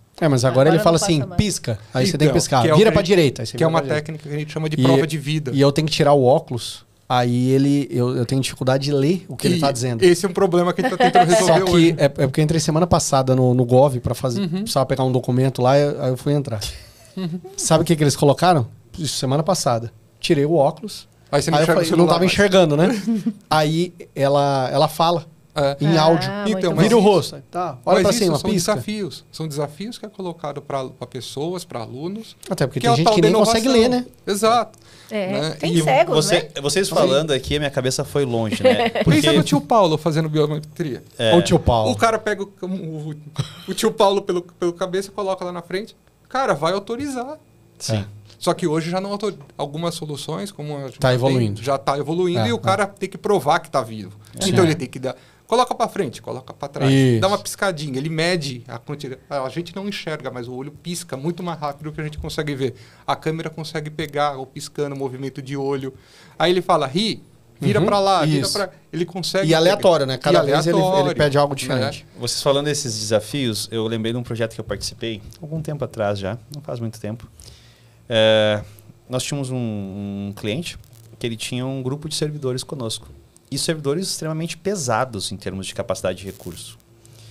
E o produto final deles era fazer a validação, como se fosse a Trust, Sim. do usuário que estava lá na ponta. Então, eu vejo o quanto que nós estamos conversando aqui, inovação, educação e principalmente esses recursos de inteligência artificial para melhorar as coisas, o quanto que tem impacto lá no chão de fábrica, lá na infraestrutura. Isso mesmo. Sim. Porque o servidor tem que ser potente, tem que ter um arcabouço de segurança por trás, Latência. tem que ter um time especializado que saiba Latência comunicar. é um negócio super importante nisso. Quem tá entrando no prédio ali, eu acho que o nosso prédio lá mudou alguma... Não é né, a nossa infraestrutura lá. Vamos terceirizar lá na Aquelas portaria. catraca digital. Tá mais E aí entra nós dois, aí o João bate lá, pum, libera. Aí eu vou, aí fica parado. Você chega lá no elevador e eu tô lá atrás ainda. Aí eu fico lá, aí dou uma mexidinha Aí e tal. você vai lá e passa por trás do jogo, libera só o rosto e ele passa. Aí daqui a pouco aparece, autorizado, Franklin. Alguma coisa aconteceu que o sistema começou a ficar mais lento. Ficar mais lento. Então não sei se é excesso de uso, latência, tá mandando para fora do Brasil. olha Aproveitando só. esse exemplo aqui que o Frank comentou, pensando um pouquinho no nosso arcabouço lá na empresa, né? Nós sabemos que o servidor, ele faz parte do data center. Ele não é a parte fundamental do data center. Ele é uma parte que é essencial, mas não fundamental. Sim. Uma parte que nós consideramos fundamental é a parte de conectividade, de rede. Porque só o computador ele não funciona. Ele precisa da rede. Então, nós fazemos altos investimentos a nível de rede para que o cliente, quando chegue dentro da nossa estrutura, ele consiga usar o computador já com a sua rede dentro da estrutura. Então, vou dar um exemplo. Seguindo aquele conceito de região e zona, nós temos hoje no Brasil 2 regiões. E dentro de cada região, nós temos as suas zonas. E dentro das zonas, nós conseguimos fazer um anel de até 100 GB de tráfego interno entre as máquinas. Por quê? Porque depende de toda a capacidade das máquinas se comunicarem para poder fazer um reconhecimento, às vezes uma camada de aplicação em banco de dados. Hoje, com essa parte de microserviço, que depende intensamente de comunicação interna pela rede, precisa ter uma boa comunicação. Se não tem isso, nada funciona. Porque às vezes, olhando lá em cima no negócio, nós esquecemos que tem uma parte fundamental aqui embaixo que sustenta o negócio. Né? Porque é só pensar, né? Eu chego ali na catraca do prédio, coloquei meu rosto ali. Uma ferramenta ali, uma aplicação, ela vai pegar esse dado. Via internet, ele vai conectar no data center, vai fazer o processamento em um computador. Então, só isso já tem um tempo, tem uma latência, depende da internet do lugar, que às vezes não está boa. Ou a rede até o data center pode não ser um bom data center. Aí não tem uma rede de conexão boa. Ou deu um problema no caminho, tem que desviar a rota. Sim. Aí chegou no data center. Lá no data center ele tem basicamente 2 servidores. Um só para rodar a aplicação e o outro para o banco de dados, para armazenar. Aí entre os 2 servidores Cai a conexão. Cai a conexão. Ou para economizar, ele pegou esse banco de dados e colocou num servidor mais barato ou no outro data center. E aí eu acho que e aí vai e transfere para outro lugar. Aí a latência... Né? Vai lá para cima. Influencia. Pensa, a gente está falando... eu comecei a conversa aqui falando de biometria para contrato financeiro. Né? Mas você deu um outro exemplo que eu acho que vale bem a pena explorar. A gente está falando da biometria na portaria. Isso. Qual é o risco disso? Qual é a necessidade, por exemplo, disso? Para a gente refletir. Bem, nenhum sistema de biometria com inteligência artificial consegue rodar na máquina do porteiro. Não. Tem que ir para um data center. Tem que ir para um data center. Então a gente tem contratação de data center, um belo de um link de internet. O data center a gente tem que estar expondo fotos, tem que ter LGPD para tudo isso. Marcos de internet. Cara, tem um monte de coisa. Você puxou um parênteses gigante. Só para o cara não colocar o cartão dele... Ou não colocar o dedo por conta dos vírus aí que a gente teve. O NFC... Para não ficar encostando e sujando o dedo. Então você só vê no rosto aqui, ó. Não, mas o cara poderia fazer simplesmente um NFC. Cartão. Mas eu vou fazer uma provocação em cima disso, que é sobre segurança. Né? E brasileiro é muito criativo. Né? Sim. Que é uma soft skills muito necessária. E por isso que as empresas de tecnologia do exterior tende a contratar brasileiro para trabalhar. Brasileiro. Agora, olha brasileiro só. é o melhor cara para criar fraude, né? E os melhores sistemas de fraude bancário aqui. É tudo os sistemas que a gente tem bancário no Brasil bate de qualquer outro país. Exatamente. Porque a segurança que os nossos sistemas têm é infinitamente melhor que o dos outros países. Que dos outros países, né? Graças à nossa criatividade. Vamos ficar por aqui. Vai ser usado só pro bem, só pro lado do bom. Tá vendo? Mas chupa indiano, chupa a gente finlandês, nós somos melhores. Monte de tecnologia. Onde entra o ser humano aí nesse meio? Aí eu pergunto isso por quê? Porque vocês estão falando aí de entrar o João e depois entrar o Franklin. Se passa o João e você entra colado com o João, você entra. Sim. Né? Ou seja, você sempre vai ter que ter um ser humano ali controlando dando uma isso. olhadinha ali. Né? Porque, gente, eu vejo às vezes, tô no supermercado, mesma coisa, né? Eu já vi. Passou lá um carro, o outro foi na cola. Sim. Será que ele roubou o carro de lá de dentro? Né? Então, se olhar na catraca, ela não vai baixar, é porque ela entende um sensor para baixo. Exatamente, se tiver um outro carro, ele passa junto. Ele passa junto. E com pessoas a mesma coisa, né? E brasileiro, para isso, é fantástico, né? Sim.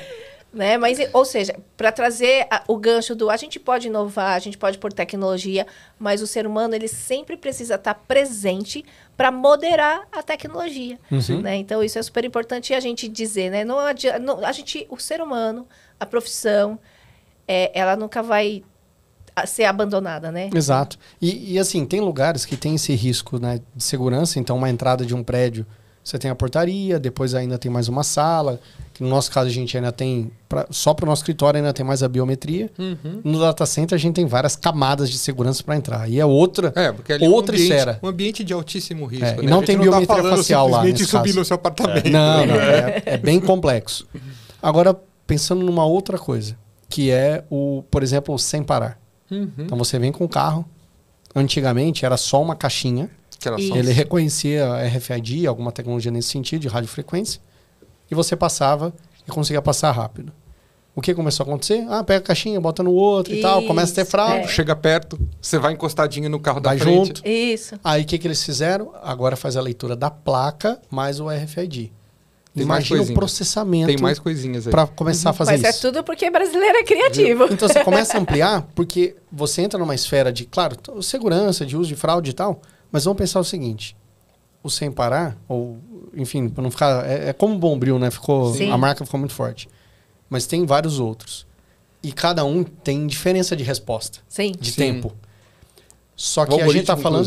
algoritmo diferente, servidores diferentes, então você vê que tem diferença. Eu vou no shopping, demora, no pedágio não, no pedágio é rápido. E às vezes você passa no mesmo pedágio com o tag do sem parar, é uma velocidade, se você passa com o do Itaú é outra velocidade. Isso aí. Porque os algoritmos por trás disso diferentes. é diferente. Ou até a infraestrutura que está por trás é diferente. A infraestrutura dele, data center. Eu já entrei em shopping com essa tag e na saída ele não sumiu.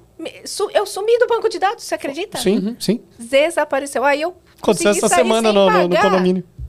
Sim. É curioso essas coisas que acontecem. Fui deixar a gente saiu tarde aqui de São Paulo, fui deixar o o João Tu desapareceu, né? desapareceu do sistema. Aí eu entrei no condomínio, tô saindo do condomínio, me barraram na portaria.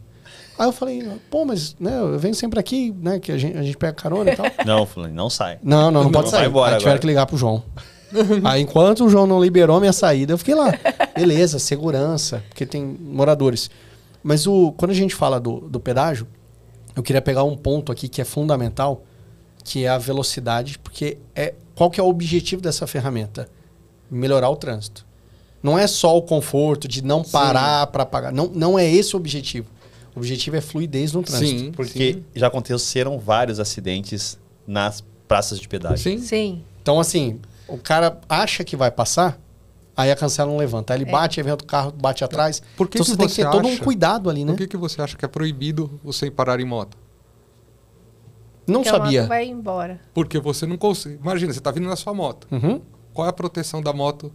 O que a moto Você protege bate na o corpo? cancela. Se bater na cancela, o cara morre. Não, né? pensa antes. Qual é a proteção que a moto dá pro piloto dela? Não, Nenhuma. Nenhuma. Aí você tá Para-choque é vindo a lá, perna 40 dele. por hora. Cancela não abriu. O cara vai ter que decidir numa fração de segundo entre travar a moto para não ser derrubado pela cancela Ou ele- ser atropelado esmagado. pelo caminhão lá atrás. É.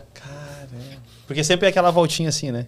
Aí você passa pela lateralzinha e tal. Ou alguns vai na cabine. Isso. Tem pedágio que a É. moto é normal, ela para na cabine. Mas esse daí, na grande maioria, é porque o pedágio é pedagiado mesmo. Ele É tem que pedagiado, pagar, ele tem que pagar. né? Aí ele vem e para. Agora, tem motos que vão para a cabine que mesmo a pessoa que não se sente confortável para passar naquele zigue-zague ali na lateral, ele pode passar na cabine, porque Aí ele é libera. isento, ele passa. Mas no sem parar, ele não pode passar. Não pode. Caramba. Porque daí você traz uma inovação, que você está liberando trânsito. Então- Né? Então, se você pegar nos Estados Unidos, a cancela, na verdade, ela é meio que separada para quem não tem o serviço e em alguns lugares não existe mais. Uhum. Você obrigatoriamente tem que ter uma tag no seu carro. Tem que ter. Mas aqui Já já cadastrada. tem algumas rodovias. Já começou a oferecer Já. o Sempre Livre. Tem um nome, eu É esqueci. Free Flow que chama o No Uruguai sistema é aqui assim. no Brasil. Aqui É obrigatório. no Brasil tem um que liberou agora. Tá na Rio Santos, próximo do Rio Tem de um em Janeiro, ali de Campinas. Batuba. Tem um em Campinas que já eles tem. começaram a Ou seja, testar também todo ali em mundo Paulínia. ou tem que ter a tag, ou vai ter a leitura da placa e ele vai receber em Mas casa pensa, é uma- um boleto aí para pagar. Ele não vai receber. Esse que eu acho que é o grande problema desse sistema. Ele não recebe. Então ele tem que Já é pagar multado? antes. Não, ele tem que. Gerar. Ele tem que ter a proatividade de entrar num site e falar: em Ubatuba funciona assim. É igual imposto de renda. Você tem que ir atrás. Isso. Então. Você tem que ir atrás. Tá. Putz, eu nem vi que tinha uma. Aí você paga multa. Aí paga multa. É. Na hora Assim, do esse eu IPVA, acho que paga é o- multa. Vocês esse eu acho falando que é o nessa grande linha problema. de como fiscalizar, não sei se vocês sabem que devido aí ao Marco Civil da Internet, hoje toda aplicação web que tem como base estar armazenada dentro de um ambiente de data center, ela tem por obrigação, principalmente a que faz manipulação de dados, guardar os logs. Uhum. Por que eu quero trazer essa temática para vocês? Porque muitas vezes algo é votado dentro do legislativo, aprovado, e depois entra em operação. Eu não tenho nem ideia do impacto disso. Do impacto que vai ter lá embaixo. Então, nós estamos falando aqui de um sistema de várias empresas de meio de transporte que facilitam a nossa entrada em shopping, Sim. em estacionamento e também em estradas. Mas vamos pensar no nosso dia a dia em aplicação. Os caras fizeram uma lei que vai ter um impacto gigantesco De armazenamento. de armazenamento. Sim. E aí, eu tenho que tratar esse armazenamento. Eu vou precisar de um algoritmo para tratar esse Esse armazenamento, volume de dados gigante. tratar aquelas informações e trazer uma resposta. Então, vai ter que depender de processador. Sim. Só que as empresas não estão 100% preparadas para isso. Porque, normalmente, o pensamento, você como CEO hoje de uma empresa sabe disso. Na mesma forma que você tem que investir para trazer mais resultado para a empresa, tu tem que cortar custo. E as empresas têm esse pensamento Sim. constantemente. Você já tinha um plano de negócio com custo de data center ali. Tudo bem mapeado. De repente, uma lei agora exige o log. Calma aí, o meu custo de data center em um ano vai dobrar. Vai dobrar. Porque tem um volume de dados gigantesco que eu não precisava guardar. Agora eu preciso. E a permanência, se não me engano, são mais de 5 anos. A gente está com um projeto, né, a gente não pode abrir o nome da empresa, mas é um projeto que é uma empresa que tem relação com o governo ali, né? E é 20 anos que tem que guardar os dados. 20 anos os backups e tal, um monte de coisa que tem que guardar, não é só um detalhezinho, por 20 anos. Então. E precisa garantir essa entrega. Ou seja, Imagina o custo disso. Ao custo. E que, lembra, a gente falou? A gente tem 2 problemas computacionais, né? Armazenamento e processamento. Que E qual que é o impacto para nós, como os usuários dessas tecnologias todas? É que elas não vão ser baratas, vai ser cara. Vão ser Vai ser caros. caro. Uma solução que poderia estar ajudando acaba se tornando inviável por causa de armazenamento. Exato. Aí entra a inovação, né? Como que a gente inova com isso? É isso mesmo. Aí começa a ter serviços, né, que a gente oferece, por exemplo, o Object Storage, que é um serviço que a gente oferece, 5 centavos o giga. Então, assim, é um valor irrisório. Mas também o giga parece que é...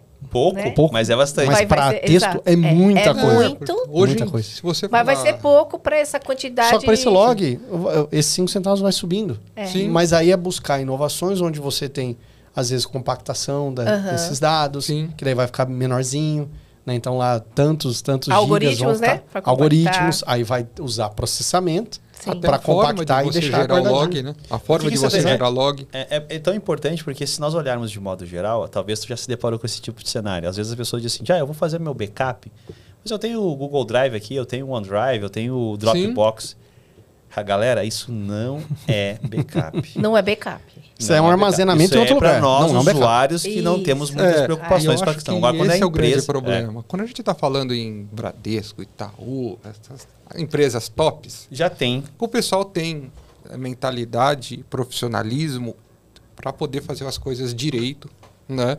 E talvez por isso seja muito caro, né? Esse serviço, e talvez não seja tão fácil inovar dentro desses ambientes, porque todo mundo pensa em tudo e às vezes trava a inovação, né? Vamos dar um passo atrás e pensar nas pequenas e médias empresas. Um empresário que tem uma loja, uma rede, uma franquia, que ele estava Sim. falando, né? Tem uma franquia que está lá, o cara não tem tem a tal da LGPD. Eu preciso do teu CPF aqui para emitir a nota. Eu não vou dar meu CPF. Não, mas eu preciso. Tá bom, pôs o CPF lá. Aí o gerente, que não conhece nada, extraiu aquilo. Não, vou fazer meu mail para mandar por WhatsApp. Exatamente. É. Entendeu? Ah, não, mas putz, eu vou perder tudo. Aí entra aqui. Não, vou fazer backup no meu Google Drive, que é R$1. É verdade isso, E né? aí vai lá e salva todos os dados da empresa. Ah, tem um exemplo da Samsung, não é também, né? Exemplo da Samsung. O pessoal colocava no GitHub deles o código do sistema da Samsung. Olha só. Ah, e aí foi aprender e descobriu que o código estava lá disponível para todo mundo. Pô, Acho que foi 2 anos atrás, um desenvolvedor do Albert Einstein, isso está em matéria, estava precisando fazer um tratamento, então ele colocou os dados do Albert Einstein dos pacientes no GitHub para ele poder fazer análise de dados. E No GitHub free. sim, E, sim. e falando nisso, nós, como empresa, nós estamos muito preocupados com a questão de segurança, que é um dos pilares nossos da empresa também, né? E nós sabemos que hoje, quem está no dia a dia das empresas, tem muita preocupação seguinte, poxa, o meu usuário aqui da ponta, ele já está usando a IA. Sim. O que ele está fazendo com o meu sistema, extraindo dado do meu sistema e colocando dentro de uma IA pública? Então, por exemplo, se vocês fizerem um teste lá nas fintech e pegar e procurar o balanço de algumas empresas que estão listadas na Bolsa de Valores, você vai conseguir encontrar. achar. Sim. Porque é um Porque é dado aberto. público. Exato. É um dado público. Só que, e aquela empresa que não tem esse dado público, que ela é SA, mas ela é privada, né? Sim. Como é que ele faz? Ele, de repente o usuário está lá fazendo alguma coisa e bota Exatamente. na IA. Ah, Então hoje tem muitas... Transforma essa tabela que eu tô te mandando em um gráfico e é todos os dados financeiros E de uma vou empresa. falar uma coisa para você. Qual o Isso problema? mesmo. Né, e vou falar, e isso interfere em tudo. Inclusive, é a temática desse primeiro treinamento que a gente vai fazer para executivos. Legal. É esse Legal. tipo de governança, que é uma da área que eu me especializei. A Quer governança da IA. falar para a galera um pouquinho mais sobre esse treinamento? Fala Explica isso aí. É. Bom, esse treinamento ele foi bolado, né, para atender uma IA para não TI. Né? Então, quem que é o público-alvo desse treinamento? Gestores de empresa, seja qual for a empresa. Né? A gente está buscando alguns patrocínios, algumas coisas assim, para poder fomentar o tema dentro de bancos, principalmente, empresas financeiras e empresas do direito. Por quê? A gente sabe que tem lá o ser humaninho, né? Que tem o Eu chefe. gosto de usar assim, ó, nós, né? Porque é melhor. Tem um amigo meu, Um amigo meu. que o chefe tava na orelha dele falando assim, cara, eu preciso desse relatório, desse meu status report desse projeto agora. Chefe, eu preciso falar com as pessoas.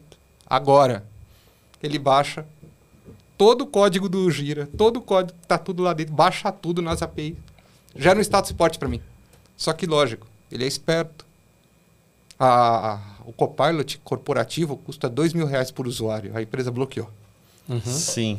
Mas ele tem o seu Gmail com o seu Gemini. Sou inteligente. Ctrl+C, Ctrl+V. Analisa esses dados para mim e gera um status report.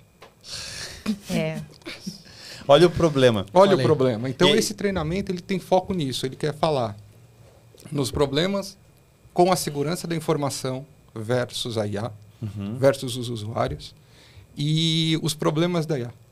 Né? Por exemplo, um homem branco de São Paulo, palmeirense, que anda de moto, que tem doutorado e que gosta de fazer um podcast com vocês.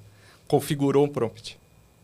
Será que o ser humaninho que está em outro lado, que odeia a moto, vai gostar de receber a minha resposta?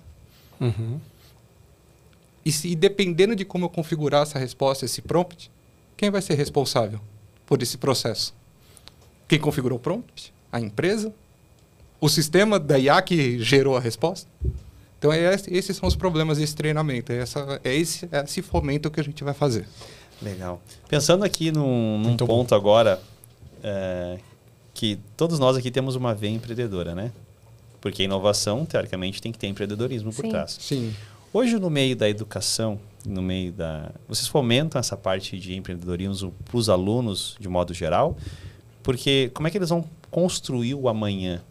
Porque o construir amanhã depende de uma inovação, mas aí vem do empreendedorismo. Como é que faz essa junção? Vocês fomentam isso? Tem um ambiente para realmente desenvolver esse crescimento?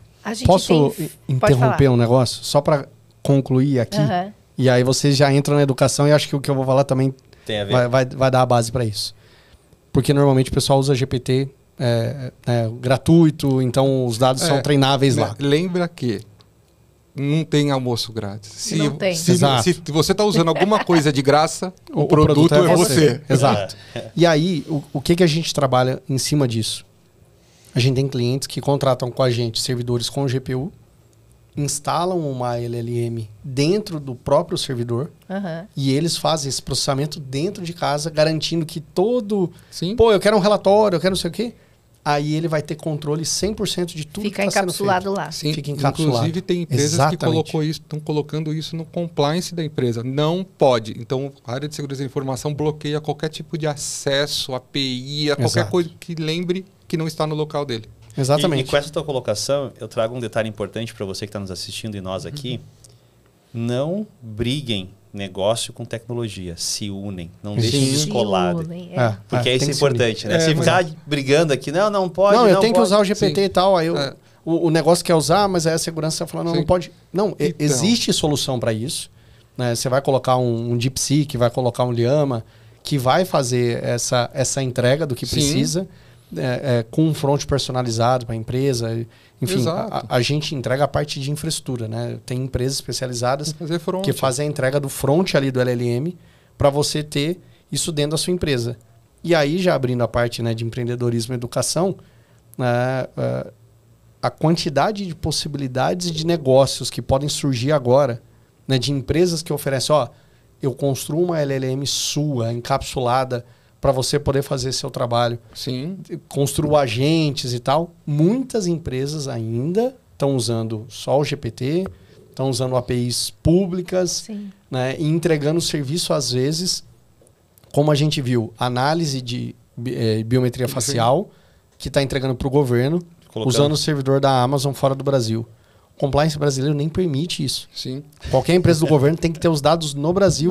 Ainda mais de criança, porque era portaria... de criança é proibido, né? De escola pública. Não, então, escola pública estavam tentando vender biometria facial para entrar na escola pública para segurança. Como é que você faz isso? A LGPD proíbe qualquer tipo de consulta ou manipulação de dados de menor de idade. Quando você bate, usar outra coisa. Quando você bate um CPF ou uma imagem de uma criança, todo o sistema tem que mudar menor de idade. E não pode passar nada. Então, aí, né, dentro disso, falando de inovação, por favor, pode seguir. Vamos lá, vou falar de empreendedorismo, né? Então, só para deixar nosso público aqui ciente, empreender, ou o empreendedor, não é aquele que tem uma empresa, não é o empresário, né? Então, o empreendedorismo começa dentro de casa, né? Exato. É aquela pessoa que fica incomodado de fazer a mesma coisa do mesmo jeito, né? Então, por exemplo, quando meu filho, que gosta de cozinhar, ele não quer ter um restaurante, ele até estava com uma ideia de fazer gastronomia, mas ele entendeu que ele empreende com essa área da culinária dentro de casa. Então, ele vai lá, ele cria, ele inventa, ele vai no supermercado, compra lá os ingredientes e inova no jeito de fazer a comida, né? E empreender é muito disso. Então, quando a gente está na sala de aula, e aí eu vou fazer até uma provocação entre nós aqui, né? Os docentes, professores, eles acham que os melhores alunos são aqueles que tiram as melhores notas, né? Eu digo que esses alunos que tiram as melhores notas, geralmente são aqueles alunos que precisa de alguém que diga para eles o que eles devem fazer. E eles fazem muito bem isso. E a gente precisa muito dessas pessoas, mas elas não são empreendedores. Elas precisam de alguém que diz para eles o que fazer. Agora, o povo do fundão, né? O João não era do fundão, mas ele me dava trabalho, né? Ele estava no meio de uma prova. Vamos com calma, vamos com calma. Olha lá. No meio de uma prova Conte difícil, tudo. Alguém vai perder o emprego. Aí, eu, como coordenadora do curso de Ciência da Computação, vem uma mensagem para mim do João. Ô, Luci, a gente vai boicotar a prova, ninguém vai fazer essa prova, porque essa prova é muito difícil, está muito além do que foi ensinado, né? E o João, criando um motim, ó, né? O motim. O motim, né? É a turma do fundão. Isso entre aspas, empreender ou ter um espírito empreendedor, né? Então, quando a gente olha aqueles meninos, né? Que é da bagunça, na verdade, eles não estão na zona de conforto, eles fazem uma provocação para a educação. Eles são inteligentes, eles querem aprender muito mais, mas não naquele estilo de educação tradicional, né? Então, ele é o cara que vai ser um empreendedor. Geralmente, é a pessoa que vai se formar, talvez não nas tops universidades, e hoje a gente sabe que não é isso que faz uma pessoa ter sucesso na vida profissional e empreender. Mas ele vai empreender, ele vai fazer coisas diferentes, seja na casa dele, no trabalho ou na sua própria empresa. Pensar desse jeito. Então, quando a gente traz o empreendedorismo para dentro da educação, a gente tem que fazer essa provocação. Sair do tradicional, trazer a aula invertida, aplicar PBL, PJBL. É isso que eu ia falar. Se a gente for, talvez nas faculdades medianas, um pouco abaixo, né, talvez ainda a gente esteja ainda naquele conceito do professor é o dono da turma e ele está lá para despejar o conhecimento e o aluno está lá para receber esse conhecimento. Para decorar. Né? Exato. Para decorar. Sem ter o propósito de resolver um problema, sem ter o propósito para que eu estou decorando essa forma? Eu estou aqui para resolver minha prova. Né? Eu estou aqui para responder a chamada, principalmente, e atender a prova para passar de ano e no final, daqui a 4 anos, receber o diploma. Quando a gente fala desse conceito de aula invertida, que a professora citou, que hoje as melhores faculdades, as líderes que formam os melhores profissionais, os melhores seres humanos, mais do que profissionais, os melhores seres humanos, ele tem essa questão do empreendedorismo. São aulas que você joga o material na internet que eu falo, não sendo assim aberto, mas joga o material. Os alunos eles são obrigados previamente a estudar o material, ou seja, ele não tem que esperar o professor. Ele tem que ir lá, ele tem que estudar, porque na aula eu não vou falar desse material, esse material está lá, a gente vai executar algum problema. Sim. Né? Então, quando a gente chega e fala assim, olha, eu passei para você, a minha praia é gestão de projetos, né? Então, eu passei para vocês a questão de como gerenciar um projeto da parte de gestão de conhecimento. Traz lá uma aplicação e fala assim, resolvam esse problema. E aí você começa a perceber os dois perfis de profissionais que saem dali. Primeiro, os executores, né? Que é o que a professora falou, aqueles caras que fazem o trabalho de uma maneira magnífica, perfeita, mas tem que ser comandada. Exato. Tá? Dentro de um roteiro. Dentro de um roteiro. Padrão ali, né? E aqui não tem certo e errado. É simplesmente perfil. A pessoa é assim. Ela precisa ser comandada e, em contrapartida, o trabalho que ela faz é uma coisa impecável. Sim. Por outro lado, você tem o cara que vai ficar de pé, vai começar a gritar com todo mundo dentro dos grupos, porque está indo para um lado errado, porque está indo talvez ele não saiba nem o que ele está fazendo ali, mas ele está conseguindo motivar as pessoas a resolver o problema, né? Como a gente falou logo no comecinho, né? Eu fiz o código funciona, resolvi o problema. Funciona na minha máquina. Funciona na minha máquina. Mas aí esse empreendedor vai ter aquele tato. Cara, olha quanto que você está consumindo de processador. Essa aula de desenvolvimento não é de banco de dados. Né? Essa aula não é de conexão. Essa aula não é de telecomunicações. Essa aqui só é para codificar. O código funcionou na minha máquina, nota 10. Nota 10. Né? Então, assim, precisa dos dois para balancear. Precisa integrar, não é isso? Precisa, isso. E precisa fomentar essas coisas dentro da sala de aula. Né? Trazer mais design thinking, métodos ágeis. Isso. Né? Como você falou, e nasce dentro de casa. Né? A pessoa está lá, está vendo o cachorro fazendo sujeira, a cama não está arrumada, está morrendo de fome, mas não vai lá fazer o miojo. Né? Então, lá, a coisa nasce dentro de casa, porque está esperando que a mãe faça, que não sei quem lá faça. Exatamente, Meu filho, uma vez eu pedi assim, faça uma redação da tua profissão do futuro, né? O que você quer ser. Aí ele começou a redação assim. Eu queria ser jogador de futebol, mas a minha mãe não deixa. Aí eu falei assim, bom, peraí, vamos lá. Quando o pai manda fazer a faculdade. Você tirou a bunda da cadeira para ir procurar uma escolinha de futebol. Quantas vezes você sai para ir jogar futebol? E jogar futebol não é só jogar futebol, né? Tem uma N série de coisas que esses jogadores de futebol fazem, né? Jogar futebol é o palco. É o palco. E o treinamento. Exatamente. E o estudo. E o back, né? Todo o background Então, todo mundo isso. quer virar estrela, mas não quer ter o processo para virar estrela, né? Eu vou contar um case de uma aula invertida que nós fizemos para educação básica, né? Que envolvia educação financeira, que envolvia áreas de figuras planas, né? Então, o projeto era PIPA. Né? Alunos de 8º e 7º ano de um colégio que ficava bem na periferia lá de Osasco. E ali, nessa idade, as meninas mandam muito bem na matemática. E os meninos vão sempre meio capengando, né? Nesse projeto de sala invertida, eles tinham que criar o projeto PIPA. Então, eles tinham que criar um negócio, onde eles tinham que criar o PIPA, eles tinham que vender o PIPA, e ao final a gente ia empinar o PIPA, que é a parte, né? Que é o estar ali, né? É o prêmio, né? Então, a gente vai trabalhar muito a gamificação, teoria dos jogos, né? Então, tem muito conceito que está por lá, que é soft skills. Mas as meninas não sabem fazer pipa, mas os meninos sabem. Então, olha só que curioso. Os meninos ensinavam as meninas a otimizar. Por exemplo, a gente comprou em quantidade. Então, a gente fez educação financeira. Eles tiveram que pesquisar onde comprar, qual é o preço, se comprasse em quantidade, quanto que ia sair, quanto que a gente ia precisar de material. A gente tinha a folha, né, que é um retângulo. Eles tinham que otimizar. O PIPA tinha que ocupar a maior área para ter menos perda. Sim. E sem perda, porque aí as sobras, elas tinham que virar, como chama? Rabiola, né? Sim, então, sim. Eles tinham que pensar em tudo para otimizar tudo isso. E aí a gente comprou os materiais, a gente fez todo o custo daquilo, a gente previu vendas, né? Então, quanto que deu, e a gente fez um plano de vendas. Então, eles tinham que vender tudo até um certo período.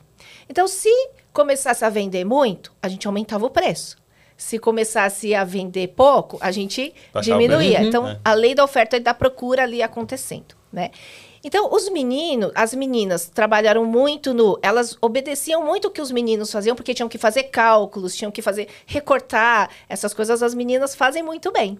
E os meninos, eles bolavam as estratégias, os meninos diziam como fazer e iam negociar. Então, quando você junta tudo isso, e aí, assim, os meninos se sentiam muito baixos nas aulas de matemática, porque eles erravam nos cálculos. Mas não é sobre fazer cálculo, é sobre empreender. Sim. Né? Sim. E, ao final, a gente juntou, fizemos lá um dinheiro, aí a gente comprou coisas, né? A gente fez uma festa lá para eles, e depois a gente empinou os pipas, né? Olha só que então, legal. quer dizer, isso é projetos, mão na massa. Então, a gente usou tecnologia para fazer os cálculos. Eles não precisaram fazer os cálculos na mão. Né? Então, a gente usou a tecnologia para isso. E eu penso muito sobre isso. Né? Então, eu, como professora de matemática, e faço palestras sobre matemática e vida, eu ponho assim na lousa de vez em quando, né? 3 vezes 4 é igual a 4 vezes 3 e põe um ponto de interrogação em cima do igual. 100% do meu público diz que é. E aí eu pego e falo assim, então, 3 vezes 4 pode ser 3 grupos de 4 pessoas. 4 vezes 3 são 4 grupos de 3 pessoas. Isso é igual? Não, não é igual.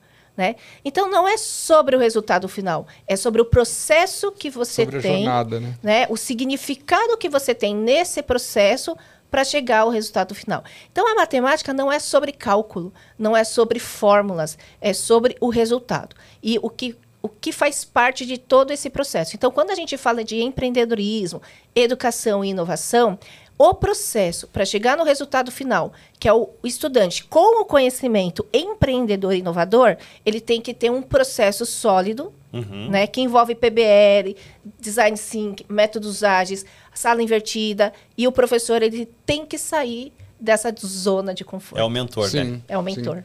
Pensando numa linha futura, eu acho que é bem importante essa pergunta agora, pela bagagem de vocês, pela experiência e pelo tudo que nós conversamos até aqui. Como que será a educação? Claro que nós não conseguimos adivinhar o futuro, né? Mas como nós vemos a educação daqui a 10 anos?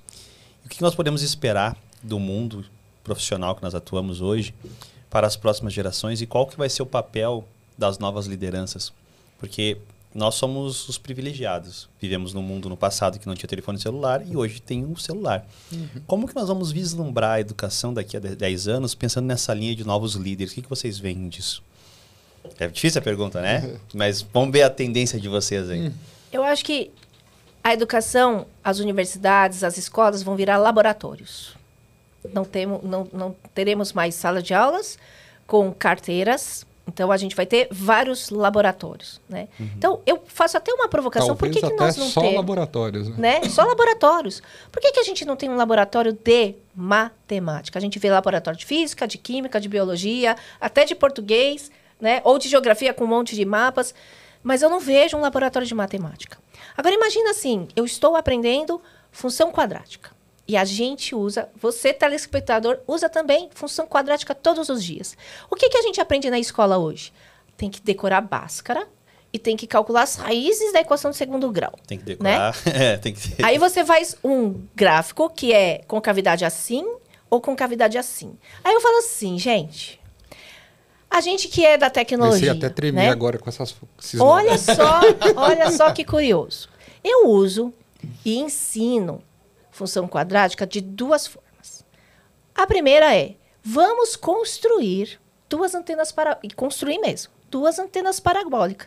A gente põe num canto da escola, 500 metros no outro canto da escola, o foco da antena parabólica, quando você fala no foco da antena parabólica de um, você ouve no foco da antena parabólica do outro. Então, você está construindo uma parábola, você tem que posicionar os focos adequadamente para você conseguir ouvir e falar. E isso é o que a gente faz o tempo todo com o celular. Sim. Quando a gente fica sem sinal, o que a gente faz? Fica ali procurando sinal. No seu celular tem uma antena parabólica com um foco. E quando a gente faz isso, a gente está buscando o foco da outra antena parabólica, que está nas estações rádio base, né? Para encontrar o sinal e fazer essa conexão. É isso que a gente faz. Então, a gente usa isso todos os dias. E quando eu começo função quadrática, eu levo um avião dos meus filhos. E aí eu já chego brincando, olha, né, a parábola pousando aí, né, na nossa aula de hoje. Por quê? Porque a parábola ela tem uma curva. E essa é a curva de menor resistência ao ar. Você que é físico, né, ou estudou física. Algum dia né? na vida. Então, nos exercícios de física é tudo assim. Desconsidere o atrito do ar, a resistência, a temperatura. Como você aprende assim? Não aprende, concorda? Né? Então, você aprende a fazer cálculos e não aplicar. Mas por que tem uma parábola na frente do avião, do carro de Fórmula 1, do trem-bala, dos projéteis de revólver, né, dos mísseis? Por quê? Porque ele tem o menor arrasto aerodinâmico. E por que a gente que é da nossa idade, o projeto Concorde não deu certo? Porque era um avião que não tinha uma parábola ali na frente. Então, o custo de manter esse avião era muito mais caro, porque ele consumia muito mais energia. Né? Então, quando você tem uma parábola, é a menor resistência que tem. Então, você vai ter o menor custo, né, para você voar, para você, né, para tudo que você tem que romper o ar no menor tempo, na melhor velocidade, enfim, né, o melhor custo. Então, Se você sabe disso, você vai pegar um trem-bala, você vai pegar um avião, você vai lembrar, né? Começa a fazer sentido as coisas do mundo real, né? Isso tem que ser muito fomentado hoje para que lá na frente nós possamos colher novos líderes com esse pensamento. Senão... Empreendedor, inovador. São esses profissionais, que eu chamo de profissionais completos, que vão sobreviver ao mercado de trabalho. E aí é um desafio grande, né, para as escolas, né, que estão brigando hoje com o celular, não pode ter celular, né, mas ao mesmo tempo vindo a IA, né, e o desafio de você ter um professor qualificado para conseguir, como você está demonstrando, né, toda essa paixão pela matemática, né, que em algum momento isso desperta na vida de alguém, e aí ele vai para uma faculdade de matemática, ou como eu que fui para física, mas isso despertou quando eu tive um professor que começou a mostrar uns negócios legais. Eu falei, nossa, eu tô entendendo isso aqui, tá fazendo sentido, olha que coisa legal. E é muito mais Faz simples. sentido, né? Faz sentido. Traz para o mundo real e aí você consegue trazer aquilo para uma aplicação. Né? Claro, quando você chega lá na faculdade, a gente fala que na faculdade de física não tem número, é só letra. É só letra. As fórmulas são todas letras. Matemática também. Aí no final o professor fala assim, daqui para frente é matemática. E nem fazia. Aqui é só preencher, tá tudo bem, vamos pro próximo. Vamos para as próximas letras. É letra. E juntar isso tudo dentro de uma sala de aula, né, com uma IA guiando, como a gente estava comentando antes. Né, então, assim, que empresas que estão desenvolvendo, o que vocês estão vendo, né, desse nível de inovação de uma IA dentro das escolas, acompanhando o professor, ajudando ele, né, não fazendo o trabalho dele. Sim. Mas auxiliando ele, como o professor tem o livro do professor e o aluno tem o livro do aluno. Sim. Né? Então, a IA do professor para ela conduzir os alunos e os alunos com IAs apoiando. Né? Quando que a gente vai ver alguma coisa nesse sentido? Em 2 anos no máximo. 2 anos. Isso que eu ia falar. Já está aí. Tá? Isso já existe, já faz parte. O que eu acho importante aqui, para concluir, inclusive, esse tema, eu acho que assim, tem que diferenciar o que é a escola. Né? A gente está falando de universidades, né? Onde a gente já tem uma pessoa formada intelectualmente falando e que já tem uma cultura, uma base... capacidade mínima ali. Uma capacidade mínima. A gente não está falando da escola fundamental, dos primeiros anos, onde os alunos ali eles precisam não conversar com o celular, eles precisam conversar com o coleguinha. Né? Eles precisam interagir, eles precisam buscar outra coisa. Que é a partir da brincadeira, né? Que é a partir da brincadeira. Quando a gente está falando da universidade, eu acho que o futuro é esse. Né? É as aulas invertidas, centrado no consumidor, centrado na resolução de problemas. E aí eu acho que entra um papel que aí é um pouco, que é onde que eu acho que a gente se complementa aqui, né, professor? Que é trazer a empresa para dentro da escola. Eu não acredito hoje em universidades sem empresa. Vou até exemplificar. O ano passado, quando eu estava escrevendo a tese do doutorado, eu fiz um estudo de caso. Sabe quantas empresas abriram as portas para mim? Nenhuma. Nenhuma. Eu sei isso. Nenhuma. Eu precisava de 8 empresas para desenvolver esse estudo de caso. Eu não consegui nenhuma empresa. Muito fechado, né? Você sabe como que eu consegui escrever essa tese? Por causa dos amiguinhos. Eu fui lá no presidente da empresa, no gerente, no diretor. Pelo amor de Deus, me ajuda. Aí entrou o negócio da soft skill, o networking. Isso aí. Então, assim, se não fosse isso, não teria desenvolvido a tese, a ciência teria parado e a professora não teria chegado onde ela chegou e tudo mais. Né? Eu acredito muito na empresa dentro das universidades. Tá? A gente tem alguns exemplos ali que eu acho que não convém nem citar as marcas, mas tem universidades hoje que nasceram dentro das empresas. Sim. Né? E ali você tem casos reais de problemas para serem resolvidos pelos alunos que estão em formação. Sim. E eu acho que um professor motivado, atualizado principalmente, não digo só no conhecimento, mas nas ferramentas e no que está à disposição dele. Sim. A universidade fomentando, fazendo a ponte entre aluno, professor e empresa. E a empresa trazendo os problemas do dia a dia para ele resolver. Pode dar errado? Pode dar errado. Mas o cara quebrou a cabeça. E ele começa a ter experiências com os problemas do dia a dia. E problemas que ele não vai resolver. Sim. Né? Ele começa a entender que não é só ir lá e fazer um código e entregar para o cara da infra rodar. Dá o servidor que eu vou rodar o código. Na minha máquina funciona, para daí para frente o problema é seu. Né? Ó, eu fiz, só falta testar. O teste é do outro cara. Né? Muito, muito top. Estamos chegando no momento que eu não gosto. Mas é inevitável. É inevitável. Eu trouxe aqui para vocês, o Frank Liel, Olha! uma lembrança da Under aqui. É o Frank Que pode até dizer, né, Frank? legal, O que é essa lembrança Muito aí? bom, muito Dentro Vamos aí abrir do... pra ver, né? Fiquem à vontade. Dentro do Ganhar pacotinho presente e não abrir. Né? Eu gosto. tem uma caneca como essa que vocês estão na mesa. Eu já tomei Boa. tudo. E ela é uma caneca especial. O que ela tem de diferente, Frank? Ela é como se fosse aquele barro, aquele filtro de barro. É o mesmo material. Olha. Você sabe que você ganhou um fã agora. Olha aí. Porque não existe uma pessoa que gosta mais de água de filtro de barro do que eu. Olha aí. Olha Eu só. tenho, hein, na minha chácara. Eu também. Na chácara e em casa. E, aliás, o João vai lá e ele é o churrasqueiro. Olha ele aí. É gaúcho. Olha aí. Ó, E aí coloca a água, ela mantém a temperatura muito boa e vocês vão lembrar da Under aí toda vez que utilizar também. Nossa, muito gente. boa. Eu sou aficionado por canecas, eu tenho uma coleção em casa de Bem canecas. demais. Então Eu vou eu fazer um post. Olha só. E agora eu quero perguntar um negócio para vocês, bem importante. Então vocês vão ter que pensar bastante na resposta aí. Estamos chegando no final do nosso podcast. Foi sensacional, aprendi pra Foi muito caramba bom, aí foi muito sobre inovação e empreendedorismo, o quanto que está relacionado para o futuro a educação. E sem isso nós não vamos conseguir vencer as barreiras que nós temos para enfrentar e pensar para frente.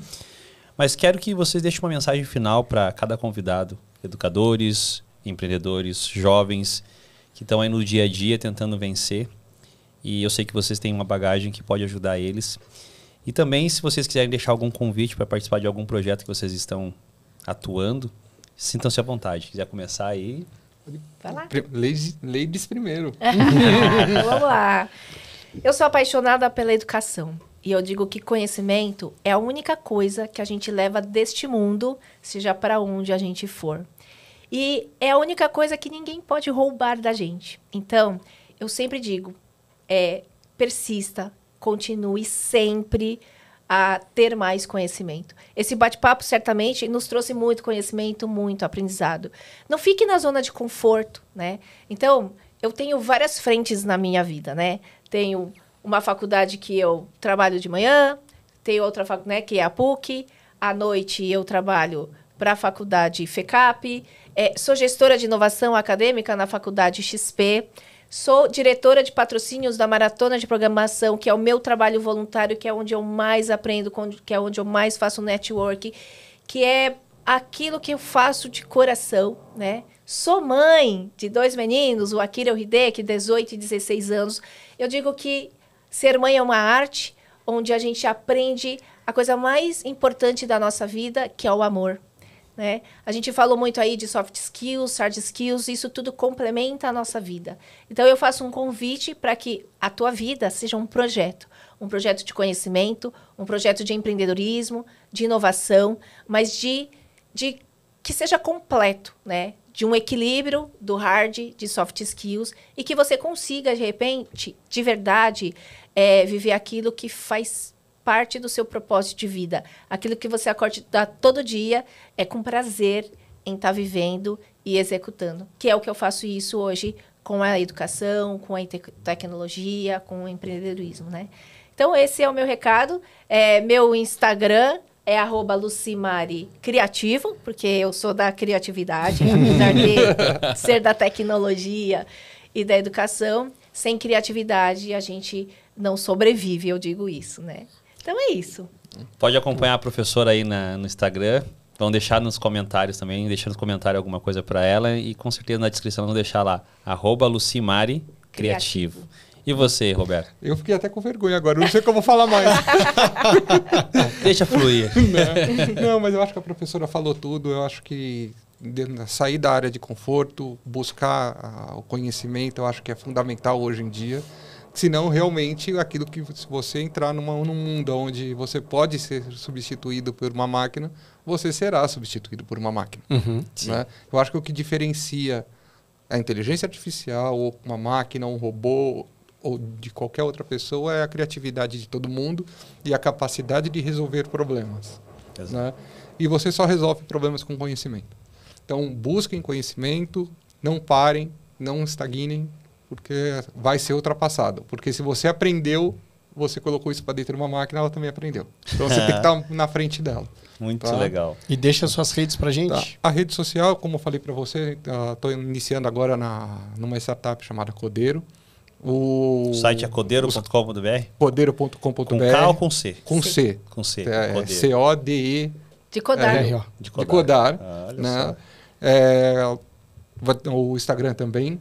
Tá? Vai estar o arroba lá com vocês. Codeiro. Arroba Codeiro. Tá? E vamos junto. Encontra você no LinkedIn. E tem meu LinkedIn, Roberto de Souza Góes. Pode me adicionar lá, depois eu mando o link para vocês. Legal. Tá Meu amigo, sensacional. Aprendeu muito hoje ou não? Bom demais, hein? Bom, né? Bom demais. Eu gosto. O que tu tem a dizer pra galera final aí? Dá uma mensagem. Falar pra Laís pra ela fechar na geral pra gente geral, ali. Lá. Pra gente poder encerrar aqui.